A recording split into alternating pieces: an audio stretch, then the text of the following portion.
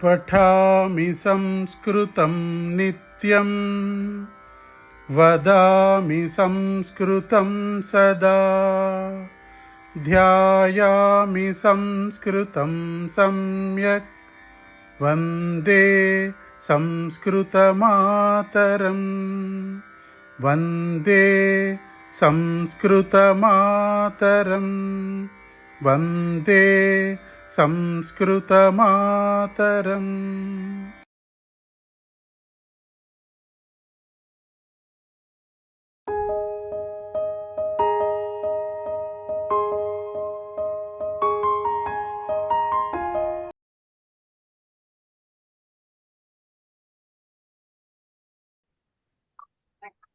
ध्येय मंत्रः पठामि संस्कृतं नित्यं वदामि संस्कृतं सदा ध्यायामि संस्कृतं सम्यक् वन्दे संस्कृतमातरम् संस्कृतस्य प्रसाराय नैजं सर्वं ददाम्यहम् संस्कृतस्य सदा भक्तो वन्दे संस्कृतमातरम् संस्कृतस्य कृते जीवन् संस्कृतस्य कृते यजन् आत्मानमाहुतं मन्ये वन्दे संस्कृतमातरम् वन्दे संस्कृतमातरम्।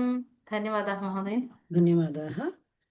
ఫస్ట్ స్టార్ట్ చేయటం నేను ఎక్కడి నుంచి స్టార్ట్ చేస్తానంటే రాధాకృష్ణ గారు వచ్చారు కదా.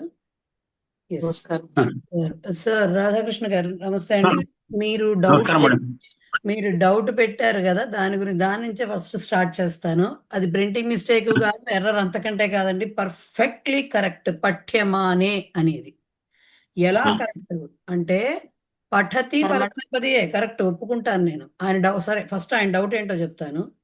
ఆయన మన పుస్తకంలో 177 పేజ్ నంబర్లో పఠ్యమానే అని ఇచ్చారండి. పఠతి ధాతువు పరస్మైపది కదా, పఠధాతువు. పఠ్యమానే ఎలా వస్తుంది, రాదు కదా. అది ఇప్పుడే నేను చూశాను, మన స్లైడ్స్ లో కూడా అలాగే ఉంది అని చెప్పారు. పఠతి డౌట్ లేదు, దాంట్లో పరస్మైపదియే కాదంటలేదు, దానికి శత్రు ప్రత్యయమే వస్తుంది, కరెక్టే. అది ఎప్పుడైతే కర్మణిలోకి వెళ్ళిందో పఠ్యతే అవుతుంది, అది ఆత్మనేపది అవుతుంది. అప్పుడు దానికి శానచ్ వస్తుంది. పఠతికి పఠ్యతేకి అది కదా డిఫరెన్స్. సో పఠ్యతే అంటే చదవబడుతున్నది, పఠ్యమానే అంటే పఠ్యమానే సప్తమిలో వచ్చింది, అది వేరే విషయం. బట్ పఠ్యమాన అని వచ్చింది అంటే అర్థం ఏంటి, అది చదవబడుతున్న, ఓకే, చదవబడుతూ ఉన్న అనే టైప్ లో వస్తుంది. చదువుతూ ఉన్న పఠన్, కరెక్ట్, పఠంతి వగేరా. సో పఠ్యతే ఆత్మనేపది కాబట్టి దానికి శానచ్ వచ్చింది. ఓకేనా, రైట్. సో ఇప్పుడు ఏం చెప్పమంటారు చెప్పండి. వాళ్ళు ప్రవేశ వాళ్ళకైతే విభక్తులు కావాలి, వాళ్ళు చెప్పేశారు కూడా, వాళ్ళకి చాయిస్ లేదు. నేను చెప్పడమే మళ్ళీ వాళ్ళు వెండవే, డౌట్ లేదు దాంట్లో. మీ సంగతి ఏంటి, ఎంతవరకు వచ్చింది ఏమిటి? అసలు బాణాలన్నీ సంధిస్తారు కదా, నేను రెడీగా ఉన్నా అందుకని. చతుశాన ప్రత్యయాలు మహోదయ, డౌట్ అలా అంటే వాటి రూపాలు కన్ఫ్యూజ్ అయిపోతున్నాయి, అర్థం కావడం అంటే ఎలా తీసుకోవాలి అని తెలియట్లేదు.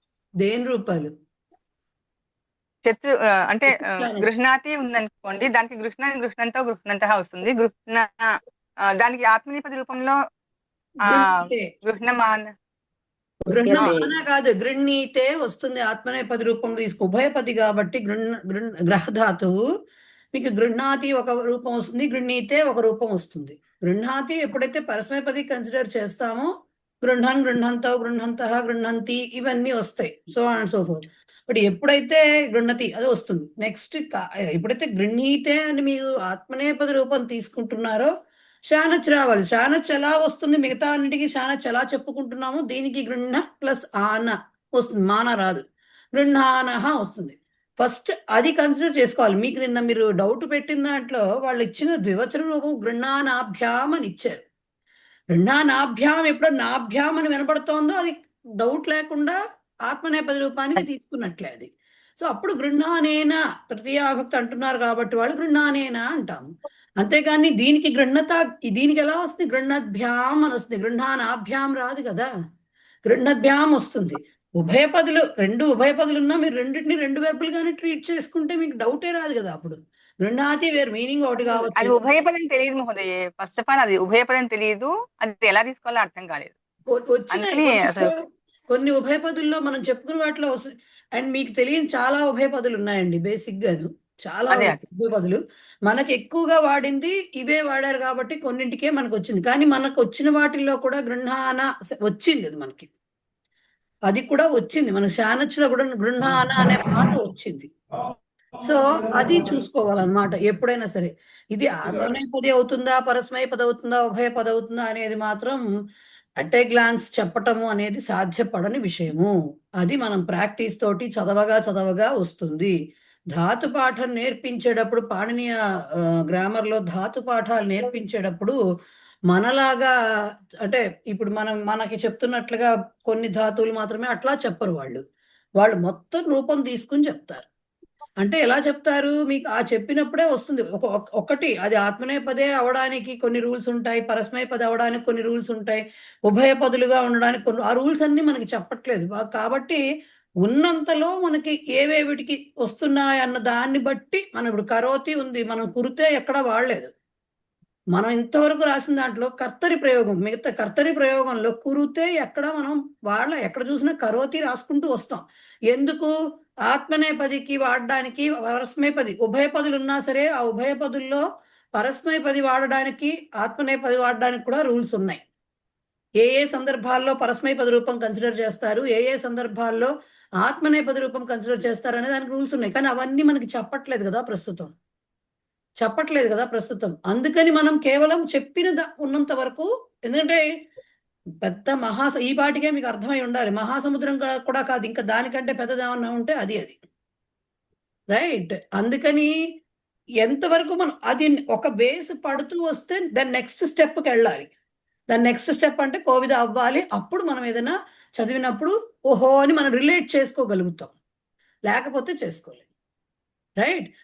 ఉభయ పదులు మనకి చెప్పిన అర్థంలో మనం ఏదో ఒకటి రాయొచ్చు, రెండింటికి అర్థం ఒకటే, కరెక్టే. ప్రస్తుతం అదేమంటారు, ప్రాథమిక లెవెల్లో. అంటే ప్రాథమికం అంటే మనం అందరం అదే లెవెల్లో ఉన్నాం ఫ్రాంక్లీ. ఆ లెవెల్లో అన్నీ ఒకటే. బట్ కొంచెం లెవెల్ మారిన తర్వాత ఏమవుతుందంటే మీకు డిఫరెన్స్ వస్తుంది. ఎప్పుడు పచతి వాడతాం, ఎప్పుడు పచతే వాడతాం, ఎప్పుడు నయతి వాడతాం, ఎప్పుడు నయతి కూడా ఉభయపది నయతే కూడా ఉందట, మనం వాడలేదు, ఇప్పుడు మనకు రాలేదు ఇంతవరకు. సో ఇలాంటివి ఉన్నాయి డిఫరెన్సెస్. అందుకని ఉన్నంతలో మనకి ఇప్పుడు యాచతే ఉందనుకోండి, యాచతే రెండు ఉన్నాయి. యాచతి ఒకటే అర్థం చేసుకోండి, పరస్మై పది, ఆత్మనే పది. పరస్మై అంటే పర శబ్దంలో మనకి ఏమొస్తుంది, పరస్మై అని చతుర్థి విభక్తి వస్తుంది, అవునా? సర్వస్మై, పరస్మై, అన్యస్మై అన్ని చతుర్థి వస్తాయి. ఆత్మన్ శబ్దంలో ఆత్మనే అనేది చతుర్థి వస్తుంది, అవునా? ఆత్మ అంటే ఏంటి? నిజాన్, అంతేగాని పెద్ద మనకు తెల్ల ఆకారము కాదు. సొంతం అని చెప్పేదానికి, స్వ అని చెప్పే విషయంలో ఆత్మ అని అర్థం వస్తుంది కదా.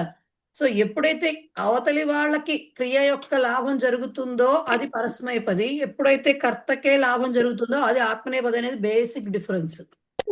బేసిక్ అంటే డిఫరెన్స్ అని కూడా కాదు, ఒక డిస్క్రిమినేటింగ్ ఫ్యాక్టర్. ఎప్పుడైతే ఆ రకంగా మనం అది ఇంకా మనకి ఆ స్టేజ్ ఇంకా రాలేదు, ఎలాగ వాడతాము అనేది. యాచతి మామూలుగా భిక్షుక యాచతి అన్నప్పుడు ఒక రకంగా యాచతే అంటాం మనం. జనరల్ యాచతే అనే వచ్చింది మనకి, ఎక్కడ వచ్చినా కూడా భిక్షుక యాచతే వచ్చింది. వాడి కోసమే వాడు అడుక్కుంటాడు. యాచతి ఎప్పుడు వాడతాము అంటే మనం ఈ స్టేజ్ లో రెండు ఎలా రాసినా పర్వాలేదు. నెక్స్ట్ స్టేజ్కి వెళ్ళాక అలా కాదు, వాడి కోసం అడుక్కోడు. ఆ యాచకుడు అక్కడ వాడి కోసం కాదు, ఏదో ప్రయోజనార్థం, విరాళాల సేకరణ కావచ్చు. ఇది జస్ట్ ఒక చిన్న ఎగ్జాంపుల్ అంతే, ఒక చిన్న అవుట్లుక్ అనమాట. సో ఇలాగా డిఫరెన్సెస్ ఉంటాయి. ఓకే, ఇట్లాంటివి చాలా ఉన్నాయి. గ్రామర్ తవ్వుకుంటూ అన్నిటికీ ఏమంటారంటే బేసిక్ నాలెడ్జ్ అయితే ఈ 2 ఏళ్ల కోర్సు కేవలం బేసిక్ నాలెడ్జ్. అందుకనే మనకు కూడా అన్ని రూల్స్ చెప్పలేదు. ఎక్కడ ఒక సూత్రం చూసారా మీరు? మన పుస్తకాల్లో ఎక్కడైనా కోవిద వరకు కూడా ఒక్క సూత్రం కనపడదు. ముందు సూత్రాలు చెప్తే సూత్రము, దాని మీనింగు, దాని యొక్క ఇది అప్లికేషన్ ఎట్లా ఉంటుంది అన్ని చెప్తే అసలు ఇంతవరకు రానే రాదు. అక్కడే ఆగిపోతాం. ఫస్ట్ సూత్రంలో వృద్ధిరాదేశ దగ్గర ఆగిపోతుంది విషయం, అర్థం కాదు. సో మనకి అవన్నీ చెప్పుకుంటూ కొంచెం పరిజ్ఞానం కావాల్సి వస్తుంది. ముందు అలవాటు పడడమే ముఖ్యం అన్నమాట. ఓకేనా? అది అందుకని కంగారు పడకండి. తెలియకపోతే తెలియదు అంతే, కొంచెం ముందుకెళ్ళాక తెలుస్తుంది. కొంతమందికి ముందే కొన్ని ఒక రకమైన ఐడియా వచ్చేస్తుంది, వాళ్ళకి మిగతా తెలియకపోయినా ఆ ఒక్క పర్టికులర్ వెర్బో ఏదో తెలిసిపోతుంది, ఓహో ఇది ఇలా వాడచ్చు అని. సో ఇవన్నీ నడుస్తూ ఉంటాయి, రైట్? ఇంకా మ్యామ్, ధన్యవాదాలు. సుభాషితాలకి సంబంధించి కొన్ని ప్రశ్నలు వస్తున్నాయి. సపోజ్ ఇక్కడ నా తత్ర శాస్త్రాధ్యయనం హి కారణం విద్వత్ విద్వత్తయా విద్వత్తాయాః కారణం కిం ఉమ్, అలా అని ఇస్తారు. అంటే మన ఆ శ్లోకానికి సంబంధించిన మీనింగ్ రాసేస్తే సరిపోతుందా అప్పుడు? చాలు. అవి బహుశా అలా ఇచ్చేవి తెలుగులో రాయమని ఇస్తారు కదా సమాధానం. ఆంధ్ర అది తెలుగులో భాషలో రాయమన్నారు మహోదయే, తెలుగులో ఆ, రాయమన్నారు. కాకపోతే అక్కడ ఆ ఇచ్చిన వాక్యానికి పర్టికులర్ గా మనం భావం కూడా రాయాలా. రాస్తూ దాంట్లో మొత్తం వచ్చేస్తుంది, మీకు సుభాషితం యొక్క తాత్పర్యం వచ్చినప్పుడు మొత్తం వచ్చేస్తుంది. వస్తుంది. మొత్తం దాంట్లో అది మొత్తం వచ్చేస్తుంది. రాసేస్తే ఇక్కడ శాస్త్ర మీరు అలాగే. సుభాషితం అర్థం మొత్తం రాసినప్పుడు దాంట్లో పాదమే కదా, సుభాషితంలో పాదం కదా, ఒక పాదం అది కూడా, దాని మీనింగ్ కూడా కలుపుకుంటూ వచ్చేస్తుంది, అది రాసేస్తే చాలు. ఓకే, ఒక్క నిమిషం, మనకి రావు గారు ఏదో మెసేజ్ పెట్టారు, చూస్తాను అండి ఒక్క నిమిషం.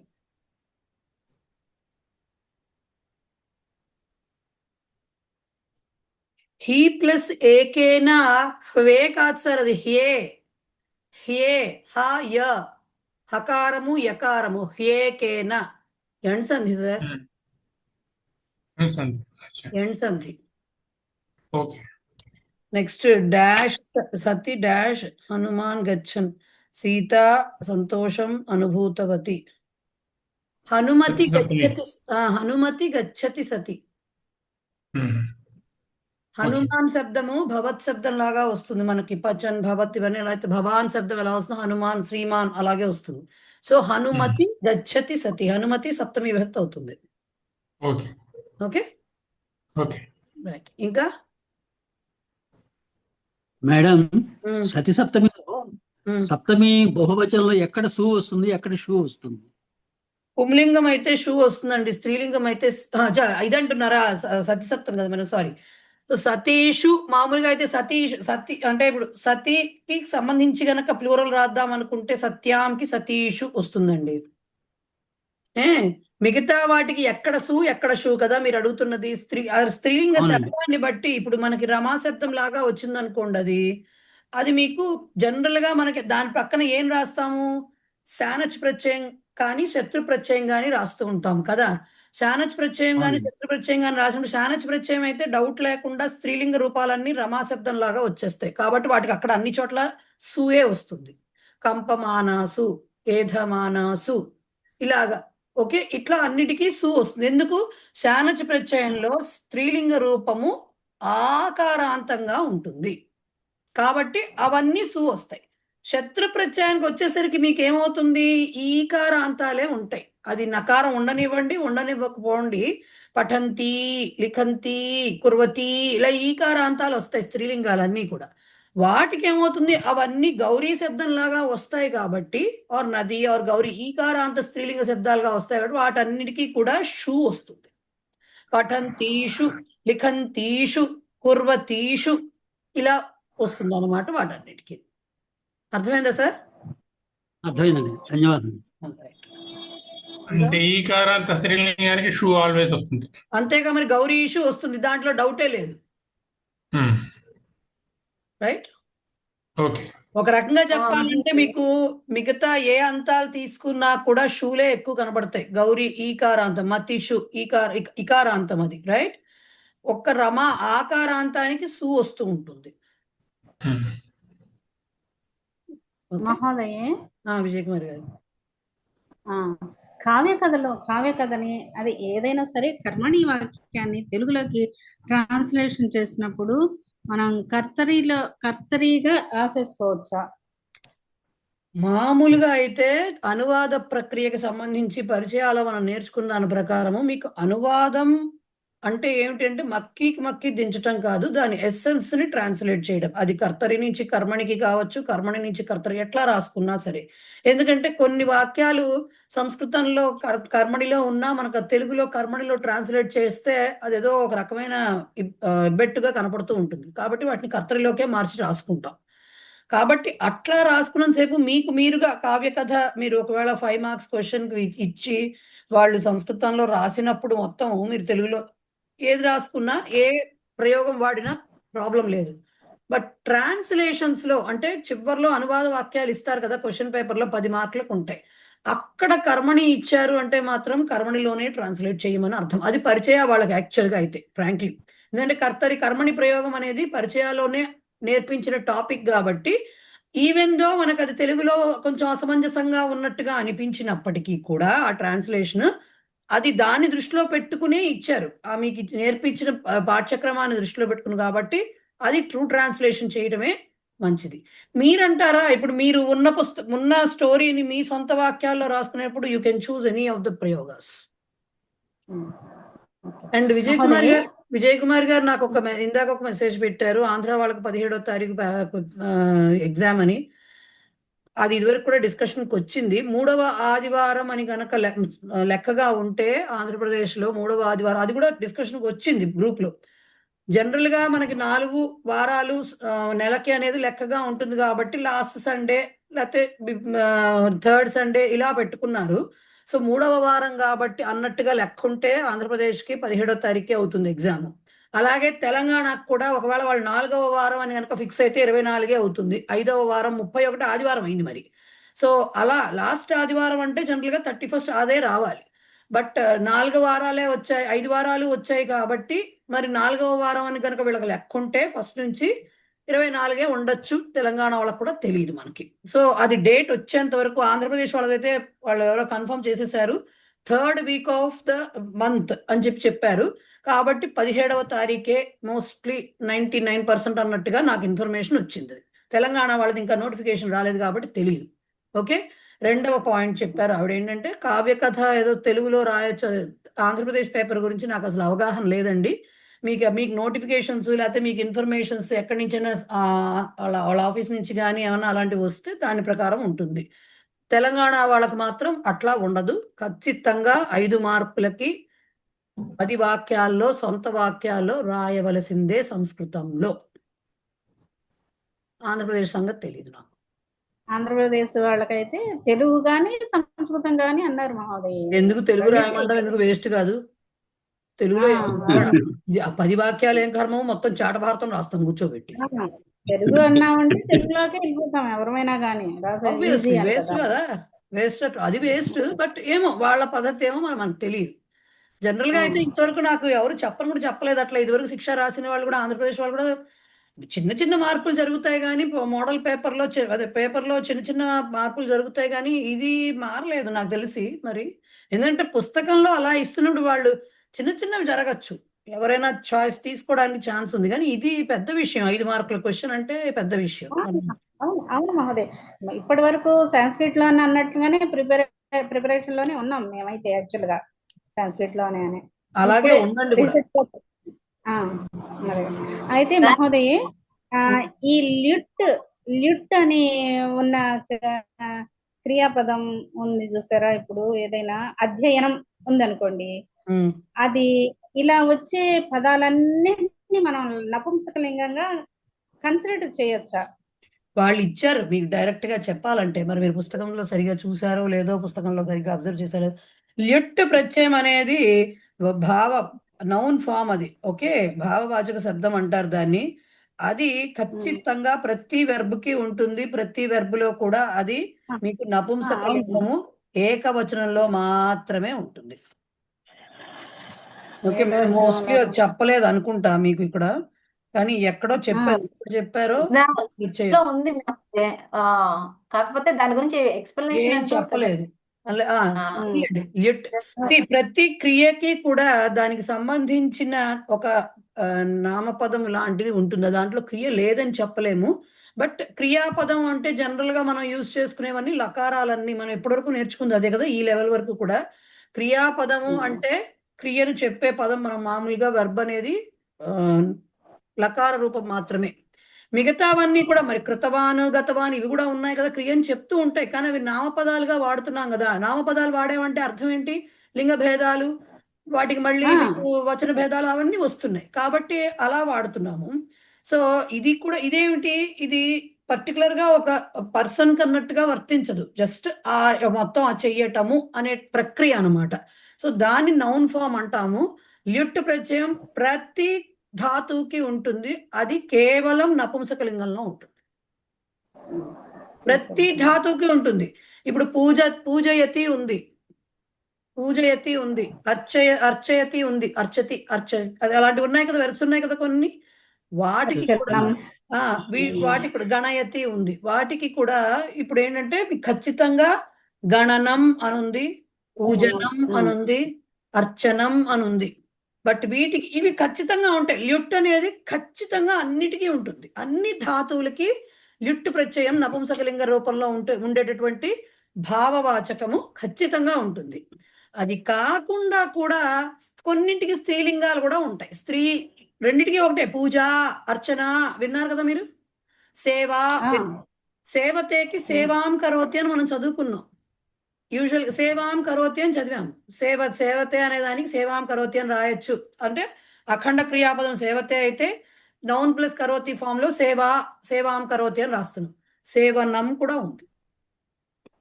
సేవనం కూడా ఉంది. మనం మామూలుగా సేవనము అనే విషయం మనం తినడానికి చెప్తాం కదా, తీసుకోవడం లోపలికి అన్నట్టుగా చెప్తారు. బట్ సేవనం కూడా ఉంది. ప్రతి ధాతువుకి ఖచ్చితంగా ల్యుట్ ప్రత్యయ రూపం ఉండి తీరుతుంది. అది ఖచ్చితంగా నపుంసకలింగంలోనే ఉంటుంది. కానీ కొన్ని ధాతువులకి స్త్రీలింగ రూపంలో కూడా ఉండడానికి అవకాశం ఉంది. కొన్ని ధాతువులకి పుంలింగంలో కూడా, అంటే ఇది కాకుండా అపార్ట్ ఫ్రమ్ దట్ అన్నమాట, అడిషనల్ గా అది మరి మనకి ఎలా వస్తాయి అంటే వాడుకలో. ఇప్పుడు మనకి పూజన్నం అనే మాట ఉండదు. మనం వాడడంలో జనరల్ గా పూజనము, సేవనము ఇలాంటివి ఉండదు. పూజ, సేవ అనేవి మనకు అలవాటు అయిపోయినాయి. సో అలా ఉంటాయన్నమాట. బట్ ల్యుట్ అన్నిటికీ ఉంటుంది.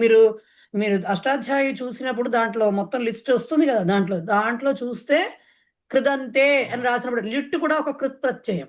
ఆ కృదంతే అని చోట ల్యుట్ అని కూడా ఉంటుంది అన్నమాట. ల్యుట్ లో ప్రతి ధాతువుకి ఇస్తారు ల్యుట్ ప్రత్యయ రూపం. 11వ పాఠంలో ఉంది మహోదయ, అన్ని లుట్లో ఇచ్చారు. ఇచ్చారు అన్నిటికీ మీకు లిస్ట్ లో ఇచ్చేసారు. ఇంకా దీంట్లో ఇవ్వని ధాతువులకు కూడా కావాలనుకుంటే దాంట్లో కూడా ఉంటుంది.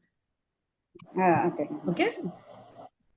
అయితే మహోదయ, ఇప్పుడు శత్రంతాలు ఉన్నాయంటే అవి ఇటు ప్రజెంట్ కంటిన్యూస్ టెన్స్ గాను, ఇటు విశేషణాలు గాను, 2 రకాలుగాను ఉపయోగపడతాయి కదా మహోదయ.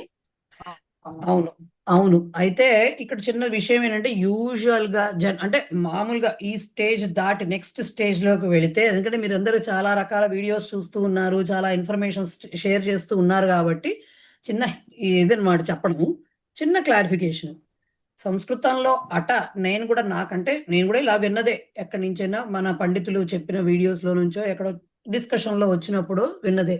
సంస్కృతంలో యాక్చువల్ గా వర్తమాన కాలానికి సంబంధించి మీకు ప్రవేశంలో కూడా లాస్ట్ లో ఒక శ్లోకం ఇస్తారు కదా, ఏ కాలానికి ఎన్ని లకారాలు ఉన్నాయని 10 లకారాలు చదివినప్పుడు ఇస్తారు ఒక శ్లోకం, గుర్తుంది కదా.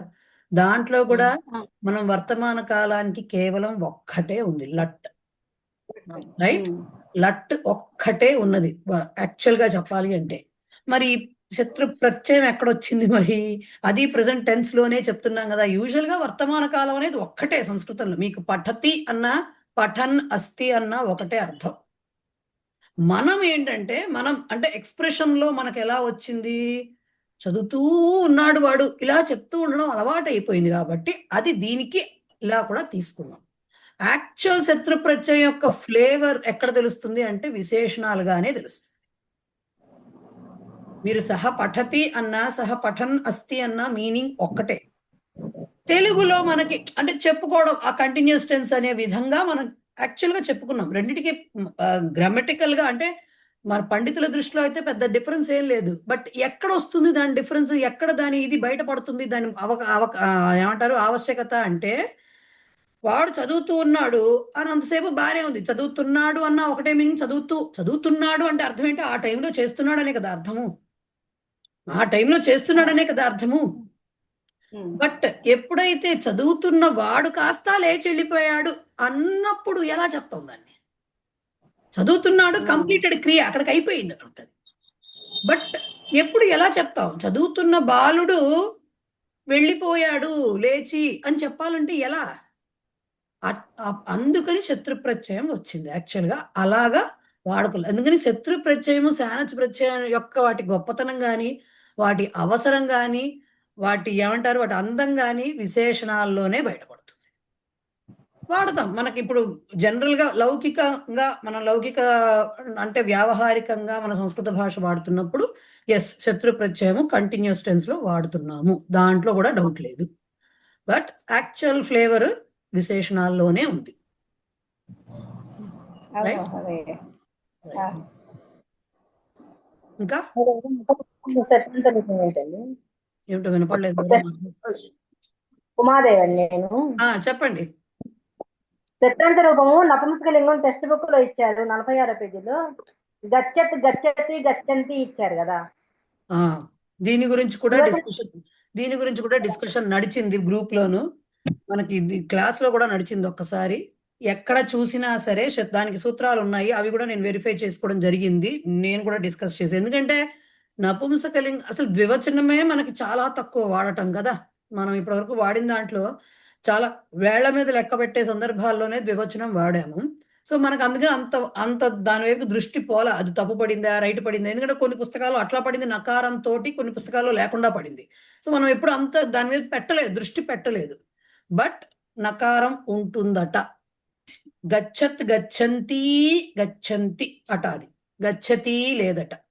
మేము ఎలా అనుకున్నామంటే ఇదివరకు ఇట్లాగా కాన్ఫ్లిక్ట్ వచ్చినప్పుడు మా పుస్తకంలో ఇలా వచ్చింది, మీ పుస్తకంలో ఇలా వచ్చింది, ఇలాంటి మాటలు వచ్చినప్పుడు నపుంసకలింగ రూపంలో ఉన్నటువంటి తకారాంత శబ్దం ఏదైతే ఉందో అది తీసుకుని ప్రవేశాల్లో జగత్ అలాంటివన్నీ ఉన్నాయి. జగత్ జగతి జగంతి అని వస్తుంది. సో అలా ఉన్నవి తీసుకుని ఓకే ఇది ఇలా ఉంది కాబట్టి మేము అది రిఫర్ చేసుకున్నాం.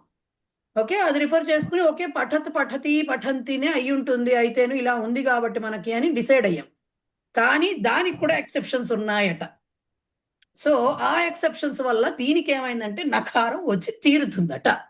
సో ఇప్పుడు ద్వివచనంలో మనకి ఏంటంటే పఠత్ పఠంతి పఠంతి ఇదే ఉంటుంది, పఠతి అనే మాట లేదు అని చెప్పండి.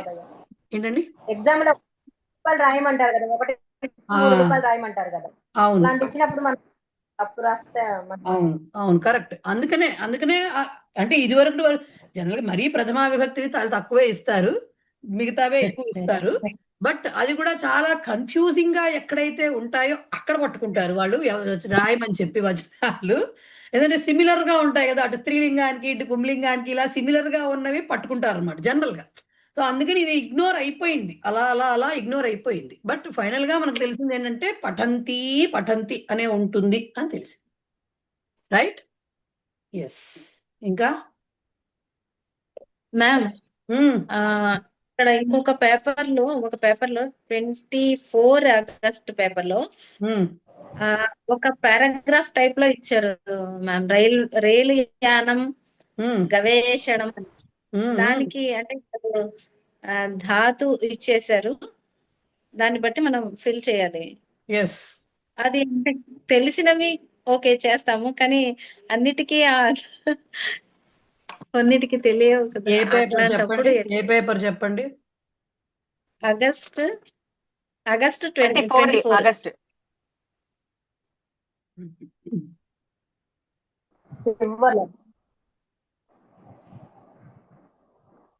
రోమన్ నెంబర్ 3లో ఉండండి కాస్త గుర్రాన్ని కట్టేయండి కాసేపు.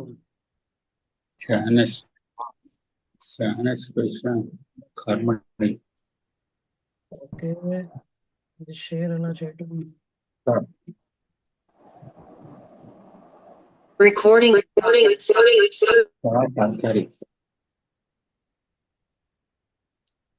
సో ఇది ఆగస్ట్ 2024 తెలంగాణ అంటే లాస్ట్ ఇయర్ పేపర్ ఇది. దీంట్లో మీరు అడుగుతున్న పారాగ్రాఫ్ ఇది కదా. ధాతోః సముచితేన రూపేణ రిక్తస్థానాన్ని పూరయత రైలయానస్య గవేషణం ఎంక్వైరీ. యాత్రికః ఇక్కడ మీరు దీన్ని అర్థం చేసుకోవడమే. చూడండి, నమస్తే అహం బెంగుళూరు నగరం గమ్ అని ఇచ్చారు. ఏం రాయాలి అక్కడ?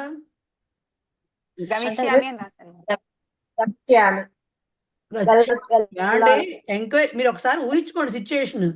ఎవరో గమిష్యామి గ- అని వాళ్ళకి చెప్తున్నాను. ఇక్కడ నేనే అన్నాను మహోదయ, మల్లీశ్వరి. శత్రు రూపము శానచ రూపంతో వెళ్ళాలనుకుంటున్నాను ఓకే. వెళ్ళాలనుకుంటున్నాను అని చెప్తా. గచ్చామి, గంతుం ఇచ్చామి ఇలాంటివి ఏమన్నా పెట్టాలి. వాళ్ళు కరెక్ట్ గా ధాతో సముచితేన రూపేణ అన్నారే కానీ మేము ఖచ్చితంగా చానచ్చే రాయాలి లేకపోతే కృదంతాలే రాయాలి ఇవేవి చెప్పలేదు. చూస్తే గచ్చామి అని రాయడం కూడా తప్పు లేదు. ఓకే, ఇక్కడ ఏముండొచ్చు, నా గంతుం ఇచ్చామి అని కూడా అనొచ్చు, గంతుం ఇచ్చామి. కానీ ఇచ్చామి అనేది వాళ్ళు ఇచ్చేసేవాళ్ళు, కేవలం గమ్ మాత్రమే ఉందంటే గంతుం అనేతో ఆగదు అక్కడ. సో ఇప్పుడు వాళ్ళు కేవలం ధాతు యొక్క రూపంతో రాయమన్నప్పుడు మిగతా వాక్యం అంతా వాళ్ళు ఇవ్వాలి. ఇవ్వలేదు అంటే అర్థం ఏంటి, అక్కడ గచ్చామి రాస్తే సరిపోతుంది. ఓకే, యానే మమ ఆరక్షణం వృతు ధాతు అంటే వర్తతే. అది వర్తతేనా మహోదయ? వర్తతే రాయాలి. అంటే రైల్లో నాకు రిజర్వేషన్ ఉంది అని చెప్పడం. ఆరక్షణం అంటే రిజర్వేషన్ ఉంది. యానమత్ర అంటే మనం ఆల్రెడీ వెళదామని డిసైడ్ అయ్యి స్టేషన్కి వెళ్ళాము, మనకు రిజర్వేషన్ టికెట్ కూడా ఉన్నది, అయినా అది ఎప్పుడు వస్తుందో అడగడం అనమాట. అందుకని ముందరే అక్కడ ఏమిటి రాయాలి అనే కంటే ముందు పారాగ్రాఫ్ అంతా చదవాలి.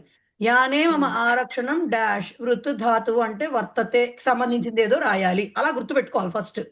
యానమత్ర కదా డాష్ ప్రాప్ రాశారంటే రైలు ఇక్కడికి ఎప్పుడు వస్తుంది, ఎప్పుడు ఉన్న ఆన్సర్స్ చెప్పొద్దు, ముందు అర్థం చేసుకోండి ఎప్పుడు వస్తుంది.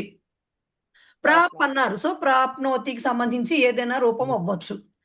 కస్మిన్ స్థానకేచ, స్థానకం అంటే ప్లాట్ఫామ్, కస్మిన్ స్థానకేచ డాష్ స్థా ఇచ్చారు. స్థా అంటే తిష్టతికి సంబంధించిన ఏదో ఒక రూపము. స్థా అంటే అది. అప్పుడు సూచక అక్కడ ఉన్నవాడు ఏం చెప్తున్నాడు, యన సంఖ్యాం డాష్ వద భవాన్. యాన సంఖ్య, అది యన సంఖ్య కాదు, యాన సంఖ్య అంటే ట్రైన్ నెంబర్ ఉంటుంది కదా, అది డాష్ భవాన్ వద అని ఇచ్చారు. భవాన్ అని ఇచ్చారు కాబట్టి ఇక్కడ ఏం రాయాలి అనేది తెలుసుకోవాలి. రైల్ నంబర్ చెప్పండి అంటున్నారు. యాత్రిక క్షమ్యతాం అని నంబర్ చెప్పాడు. చెప్పినప్పుడు సూచక ఏమంటున్నాడు, వస్తుతః యానం దశవాదనే స్థానకం డాష్ రావాలి, 10 గంటలకి రావాలి. పరమధ్య 1 గంట విలంబేన అంటే 11 అయిపోయింది అనమాట ఆల్రెడీ, 10 గంటలకే రావాలి. కానీ 1 గంట విలంబేన డాష్ ఆగమ్ ఇది సమాచార. విలంబేన అంటే 10 గంటలు అయిందో మొత్తానికి, 10 గంటలకు రావాలి కానీ గంట లేటుగా వస్తుందని సమాచారము. ఆగమ్ అంటే ఆగచ్చతికి సంబంధించిన ఏదో ఒక రకం. సో ప్రాయ 11 వాదనే డాష్ ఆగమ్. తస్మాత్ అంటే బహుశా 11 గంటలకి రావచ్చును. తస్మాత్ డాష్ భవాన్ నిరీక్ష, కాబట్టి మీరు అందుకని మీరు వెయిట్ చేయండి. ఓకే, స్థానక సంఖ్యాచ 1, ప్లాట్ఫామ్ నంబరు 1 అన్నప్పుడు యాత్రిక ధన్యవాదాహ అని మనసి ఇదానీమహం 1 గంట ఇతోపి నిరీక్షణం డాష్ క్రూ అంటే కరోతికి సంబంధించిన ఏదో ఒక ఫామ్ రావాలి. అహోభాగ్యం మమ అనుకుంటున్నాడు. ఇప్పుడు దీన్ని రాయాలంటే గమ్ రాయాల్సి వచ్చినప్పుడు ఫస్ట్ డాష్ లో ఏం రాయాలి, గచ్చామి రాయాలి. వెళ్తున్నాడు, వాడు వెళ్ళడానికి వచ్చేసాడు ఆల్రెడీ యాత్రికుడు. సో గచ్చామి మమ ఆరక్షణం వర్తతే ఉన్నది నాకు రిజర్వేషన్. యానమత్ర కదా ప్రాప్స్యతి ఎప్పుడు వస్తుంది, ప్రాప్స్యతి. కస్మిన్ స్థానే చ స్థాస్యతి, స్థాస్యతి, స్థాస్యతి. స్థాకి భవిష్యత్ కాలం ఎక్కడికి వస్తుంది, ఎప్పుడు వస్తుంది అని అడగడం. సో యాన సంఖ్య వదతు, భవాన్ ఉంది కాబట్టి ప్రథమ పురుష రాయాలి లోట్లో వదతు. తర్వాత వస్తుతః యానం దశవాదనే స్థానకం ప్రాపయేత ప్రాప్నుయాత్. లింగ్ లకారం చెప్పాలి దాంట్లో. సంభావన అంటే ప్రాప్నుయాత్ ప్రాప్తవ్యం అది కూడా చెప్పొచ్చండి. ఇక్కడ అవన్నీ వాళ్ళు ఉచిత రూపేణ అన్నారు కాబట్టి అన్ని లకారాలు రాస్తేనే బాగుంటుంది వేరే వాటికంటే. సో ప్రాప్నుయాత్ అంటే రావాలి, రావాల్సి ఉంది అంటే అని చెప్పడం కాబట్టి మనకి లింగ్ లకార రూపం వాడాలి. ప్రాప్నుయాత్ పరమధ్య ఏకఘంటా విలంబేన ఆగమిష్యతి. ఆగమిష్యతి ఆగమిష్యతి. సమాచారः ఆగమిష్యతి ప్రాయः ఏకాదశ వాదనే అది సంభావన. ఆగచ్చేత్ బహుశా 11 గంటలకి రావచ్చు. ఆగచ్చేత్ రాయాలి. మీకు తెలియని సంభావన. అక్కడ మీకు తెలియని ధాతువులు కూడా ఏమీ లేవు. మీకు తెలుసుకోవాల్సింది ఏంటి, టెన్స్ ఎలా పెట్టాలనేది మాత్రమే తెలియాలి. రైట్. సో ఆగచ్చేత్ తస్మాత్ డాష్ భవాన్ నిరీక్షతాం. ఎందుకు నిరీక్షతే అనేది ఆత్మనేపది కాబట్టి లోట్లో నిరీక్షతాం వస్తుంది. నిరీక్షతాం. తర్వాత కింద ఇతోపి నిరీక్షణం కుర్యాం రాయొచ్చు. కుర్యాం రాస్తే సరిపోతుంది. లేదు ఇక్కడ ఇతో అహం అన్నారు కాబట్టి కర్తవ్యం రాదు, కుర్యామే రావాలి. కుర్యామనే రాయాలి. సో అదనమాట. ఎందుకని ఇప్పుడు మన కర్తవ్యం రాయడం కూడా బానే ఉంటుంది కదా అనుకోవచ్చు, కానీ అహం అన్నారు. అక్కడ అహం అని ఎప్పుడైతే కర్తవ్యాలు రాశారో తవ్యత్ అని ఇయర్లు వాడలేరు. ఖచ్చితంగా దీంట్లోనే రావాలి కాబట్టి కుర్యామనే రాయాలి. ఓకేనా? ఇలాగా దాన్ని అర్థం చేసుకోవాలి.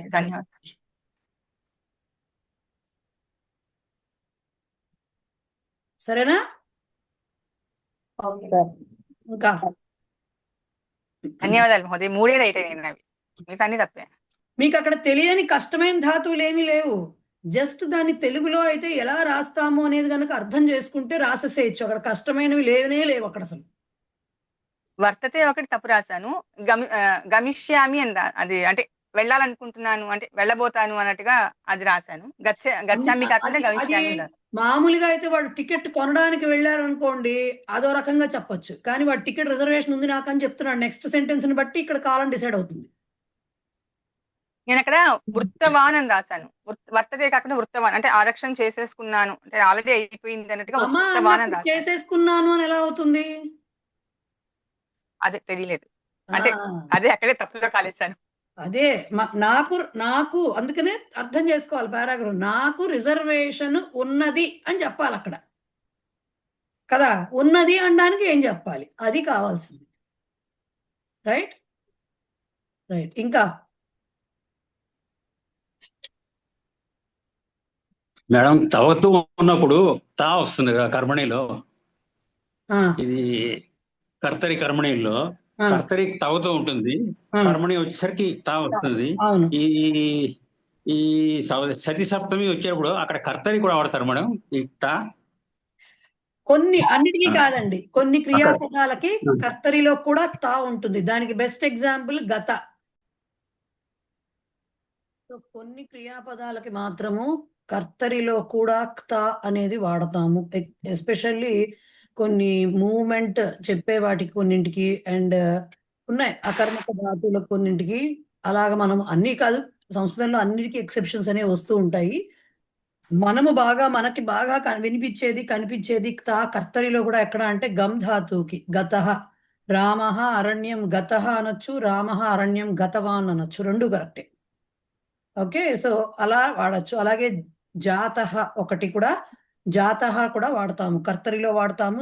అంటే జాయతే అనే ధాతు జన ధాతు, అది కూడా కర్తరిలో వాడతాము, కర్మణిలో కూడా వాడతాము.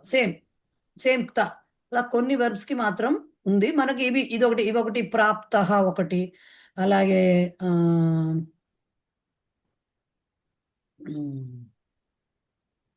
కొన్ని ఉన్నాయి ఇలాంటివి, నాకు గబ్బుకొని గుర్తు రావట్లేదు. కానీ అంటే స్లిష్ అని ఉంటుంది, అంటే ఆ స్లిష అనే ఇది వస్తుంది. అంటే కౌగలించుకోవడము అనే దాంట్లో అంటే చుట్టి వేయబడ్డం అనే మీనింగ్ లో వస్తుంది అనమాట అది. సో వాటికి ఇలా క్త ప్రత్యయము కర్తరిలో కూడా వాడతాము. మనకు ఎక్కువగా గత కనపడుతూ ఉంటుంది మిగతా వాటికంటే. రైట్. సంతుష్ట భీత అవి కూడా వాడచ్చు కదా.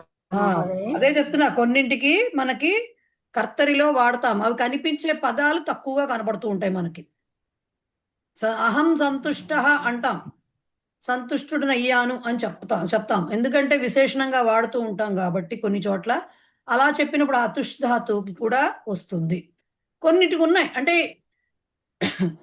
ఇప్పుడు అకర్మక క్రియలకి చాలా వాటికి వస్తుందండి. కర్తరిలో కూడా ఎందుకంటే వాటికి మీకు చూస్తే సంతుష్ట తుష్యతి అనే దానికి వస్తే తుష్ ధాతువు కదా అది. దానికి మీరు ఏమిటి తుష్యతి అంటే ఎందుకు సంతోషిస్తున్నాడని కారణం అడుగుతాం కానీ ఏమి సంతోషిస్తున్నాడని కర్మపదం అడగం. సో ఇలాంటి కొన్నింటికి మీకు వస్తుందన్నమాట తా ప్రత్యయము మనం ఏమంటారు కర్తరిలో కూడా. రైట్. అంటే అకర్మక క్రియలు అనుకోవచ్చా మహోదయ? చాలా వరకు అన్ని కాదు. సరే. సంస్కృతంలో అన్ని అలా ఖచ్చితంగా ఎప్పుడు చెప్పాలి. సరే మహోదయ, అర్థం చేసుకున్నాను. చెప్పడానికి భయమే, ఎందుకంటే ఖచ్చితంగా ఇక్కడ ఎవరికి బేసిక్ గా అంత తెలియదు, ఎవరికి తెలియదు అట్లాగా. మీకు కోవిడ్ అయిపోయాక నేను కొన్ని చెప్తాను, కొన్ని వినండి అని కొంతమంది లెక్చర్స్. మనకి ఇప్పుడు తెలిసిందంతా ఏమీ తెలియదు అనిపిస్తుంది అది విన్న తర్వాత. మనకి చిన్న చిన్న పాయింట్లుగానే మనకు తెలుస్తూనే ఉంటాయి, తెలియకుండా పోతాయి. మామూలు డైలాగ్ నాకు తెలుసుకుంటూ ఉండగానే అంటాడు ఏదో, అట్లా మనకు తెలుస్తున్నట్టుగానే ఉంటుంది కానీ తెలియదు అనమాట అక్కడ. అలా ఉంటాయి అవన్నీ సిచ్యుయేషన్స్ చాలా. మేడం గారు నేను చెప్పండి మేడం గారు, నేను పూర్ణమాదేనండి. చెప్పండి. అసలు చదువుతుంటే ఇంకేముంది నాకు వచ్చేస్తున్నాయి అనిపిస్తుంది మేడం గారు. పుస్తకం వస్తుంటే రావట్లేదు, అది కొంచెం ఇబ్బంది అవుతుంది. అన్ని వచ్చినట్టే ఉంది, ఈజీగా అనిపిస్తుంది. మీరందరూ పని చేయండి, ఎవరినో ఒకరిని బకరావాళ్ళని పట్టుకుని వాళ్ళకి పాఠాలు చెప్పడం బిగించేయండి, అప్పుడు తెలుస్తుంది మనకి ఏమీ రాదు అని. అంటే అప్పుడు దాకా ఎగ్జామ్స్ ఆగక మేడం గారు. అందుకే ప్రీవియస్ నుంచి అదే పని చేస్తున్నాను. ఎప్పుడు కూడా ఇవన్నీ ఎలా ఉంటాయంటేనండి, మీకు ఎలా చెప్పాలి, కొంచెం ఒక స్టేజ్ దాటి వెళ్ళాక కానీ ఆ స్టేజ్ లో ఉన్నటువంటి యాక్చువల్ కాన్సెప్ట్స్ ఏమిటి, వాటి యొక్క ప్రాముఖ్యత ఏమిటి, అవి ఎందుకు వస్తున్నాయి అనేది అర్థం కాదు. మనం దాని త్రూ పాస్ అవుతున్నప్పుడు దాని ఇంపార్టెన్స్ కూడా తెలియదు, ఏముందిలే అనుకుంటాము. అది దాటి వెళ్ళాక ఓహో దీంట్లో ఎంత ఉందా అనిపిస్తుంది అనమాట. సంస్కృతం మాత్రం అంటే నేను మొన్న ఎవరికి వచ్చి పెట్టా కదా మెసేజ్, అట్లాగే గ్రూప్ లోనే పెట్టినట్టున్నా. మీకు ఎంత కావాలి, ఏం కావాలి అనేది తెలిసి ఉండాలి. ఎంత కావాలి, ఏం కావాలి తెలిసి ఉండాలి ఫస్ట్ విషయము. అప్పుడు కొంతమందికి ఏమవుతుందంటే, కేవలం ఇప్పుడు నాలాంటిది ఉందనుకోండి, నా ఎగ్జాంపుల్ ఇస్తా, ఎవరి వరకు నేను వెళ్ళక్కర్లేదు. నాకు పెద్ద పెద్ద కావ్యాలు చదవటంలోనో లేకపోతే మంచి సాహిత్యం చదవడంలోనో అంత అభిరుచి ఉండదు. నాకు ఎంతసేపు అవి చదివినా నేను గ్రామర్ పాయింట్ ఆఫ్ వ్యూలోనే ఇది ఎందుకు వచ్చింది, ఈ పదం ఇక్కడ ఎందుకు వాడారనే ఆలోచిస్తా తప్ప, ఈ పదం ఎలా వచ్చింది, దీనికి రూపం ఏంటి, ఇదే ఆలోచిస్తా తప్ప వాళ్ళు దాంట్లో భక్తి బోధిస్తున్నారా, ఆధ్యాత్మికత ఇది వెళ్ళదు, ఆ బుర్ర అటు వెళ్ళదు నాకు. మేబీ ఇంకా కొంచెం పరిపక్వత రావాలేమో తెలియదు. ప్రస్తుతం డుక్రీకరణ కూడా విన్ను, అందుకని నేను ఆ పద్యం వినాలంటే నాకు బాధగా ఉంటుంది. ఎందుకంటే నేను ఎంతసేపు డుక్రీకరణలోనే ఉంటున్నాను, నహి నహి రక్షతిలోకి వెళ్తాను లేదన్నమాట. సో సో నా ఇంట్రెస్ట్ ఎంతసేపు అది లాగుతూ ఉంటుంది, అయస్కాంతంలో లాగేస్తూ ఉంటుంది. ఈ పదం ఎట్లా వచ్చింది, ఎక్కడొచ్చింది, దీని రూపం అది తెలుసుకునేంత వరకు మనశ్శాంతి ఉండి చావదు. సో నా పద్ధతి అది, అందుకని ఇప్పుడు సంస్కృతం చెప్తున్నారు అనగానే జనరల్ అభిప్రాయం ఏంటంటే జనాల్లో ఎలా ఉంటుందంటే, సంస్కృతం చెప్తున్నారు, నేర్చుకోవడం కాదు, వీళ్ళు చెప్తున్నారు అనగానే వీళ్ళకి సకల శాస్త్ర పారంగతులు, వేదాలన్నీ చదివేశారు, ఉపనిషత్తులు అవపోసన బట్టి ఇలా ఉంటుంది. మనకేమో వేదంలో వా కూడా రాదు, ఉపనిషత్తులో ఊ కూడా రాయడం రాదు. అలాంటి సిచ్యుయేషన్ దాంట్లో ఏముందంటే డైరెక్ట్ ఖచ్చితంగా ఉపనిషత్తులు ఎన్ని ఉన్నాయి అవన్నీ పేర్లు చెప్పడం అంటే కూడా తెల్లమొహం వేయడమే. మనకి ఎంతసేపు భాష, గ్రామరు ఇది తప్పితే నాకు ఉండదు, నా యాంగిల్ అంతా అటే ఉంటుంది ఎంతసేపు. అదేమి తప్పు కాకపోవచ్చు, బట్ కరెక్ట్ కూడా కాదేమో తెలియదు కొంతమందికి.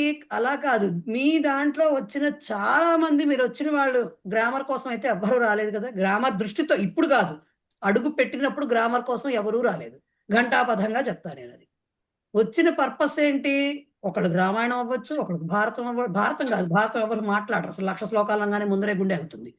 భగవద్గీత కావచ్చు, లేకపోతే ఒక స్తోత్రం ఏదో కావచ్చు, లేకపోతే ఏవో చదువుకుంటూ ఉంటారు. ఇప్పుడు అందరికీ యూట్యూబ్లు లేకపోతే ఆన్లైన్లో వచ్చేసి సౌందర్య లహరి, శివానంద లహరి, ఒకప్పుడు ఎవరికో కొంతమందికే పేర్లు తెలుస్తుంది. ఇప్పుడు అందరికీ కంఠోపాఠం, ఏది చూసినా చాంటింగ్ క్లాసెస్, ఏది చూసినా అందరూ అన్ని చెప్పేస్తున్నారు. ఏ స్తోత్రానికి ప్రతిదానికి ప్రతిపదార్థాలు తాత్పర్యాలు చెప్పేసి ఇదివరకు ఎవరు చెప్పారు ఎవరికి తెలియదు. అసలు లలితా సహస్రం కూడా మా చిన్నతనంలో అయితే ఇంతకాలంగా ఇంత ఇదిగా అయితే పారాయణలు గ్రూపులు ఇలాంటివి ఉండేవి కాదు. ఎవరికో ఏ గురువు గారో ఉండేవారు. వారు వచ్చినప్పుడు ఏదో వారి సమక్షంలో చాలా లిమిటెడ్ గ్రూప్ వాళ్ళు ఏదో చదివేవాళ్ళు తప్పితే ఇలా ఇంటింటికి మనకి రేపు శ్రావణ మాసం బిగిన్ అవుతుంది కదా, ఎవరింట్లో అయినా సరే ప్రతిరోజునో లేకపోతే ఇట్లాగా ఎప్పుడూ లేనే లేదు. మా అమ్మగారు కానీ మా బామ్మగారు వాళ్ళెవ్వరు కూడా లలితలు చదివిన దాఖలాలు లేవు. చదివారేమో తెలీదు, బయటికైతే ఇలా బయటకు ఉచ్చరించి చదివి, ఎందుకంటే రహస్యనామ స్తోత్ర అని దాంట్లోనే వస్తుంది కాబట్టి. బట్ ఇప్పుడు ఇది సాంకేతిక విప్లవం అనండి ఏదైనా కానివ్వండి, ఇప్పుడు అన్నీ చదువుతున్నారు. చదివిన తర్వాత అర్థం కాదే ఇది తప్పు అంటారు కొంతమంది. ఇది అర్థం ఇది ఏమిటి చదువుతున్నామో తెలియకుండా చదివితే ఎట్లాగా తొండమో తోకో తెలియాలి కదా. ఇట్లాగా మనం సంస్కృతంలోకి దిగిన వాళ్లే అందరూ. దిగిన తర్వాత గ్రామర్ అంటే ఇంట్రెస్ట్ ఓహో ఇది ఇంత ఉందా, ఇలా ఉందా అని ఇంట్రెస్ట్ ఉన్న వాళ్ళు కొంతమంది ఉన్నారు. కొంతమంది డిఫరెన్షియేట్ చేసుకోలేక అలా సుడిగుండంలో నాలాగా తిరుగుతూ ఉంటారు. కొంతమందికి తెలిసిపోతుంది. బట్ అందుకని నేనేమంటానంటే మీ పర్పస్ తెలుసుకోండి, అంతవరకే గ్రామర్ చదవండి. అంతకు మించి సూత్రాలు తెలుసుకోవాలి, ఇంకా ఎక్సెప్షన్స్ ఏమున్నాయి వాటి జోలికి వెళ్ళకండి. ఒక వయసు సరిపోదు.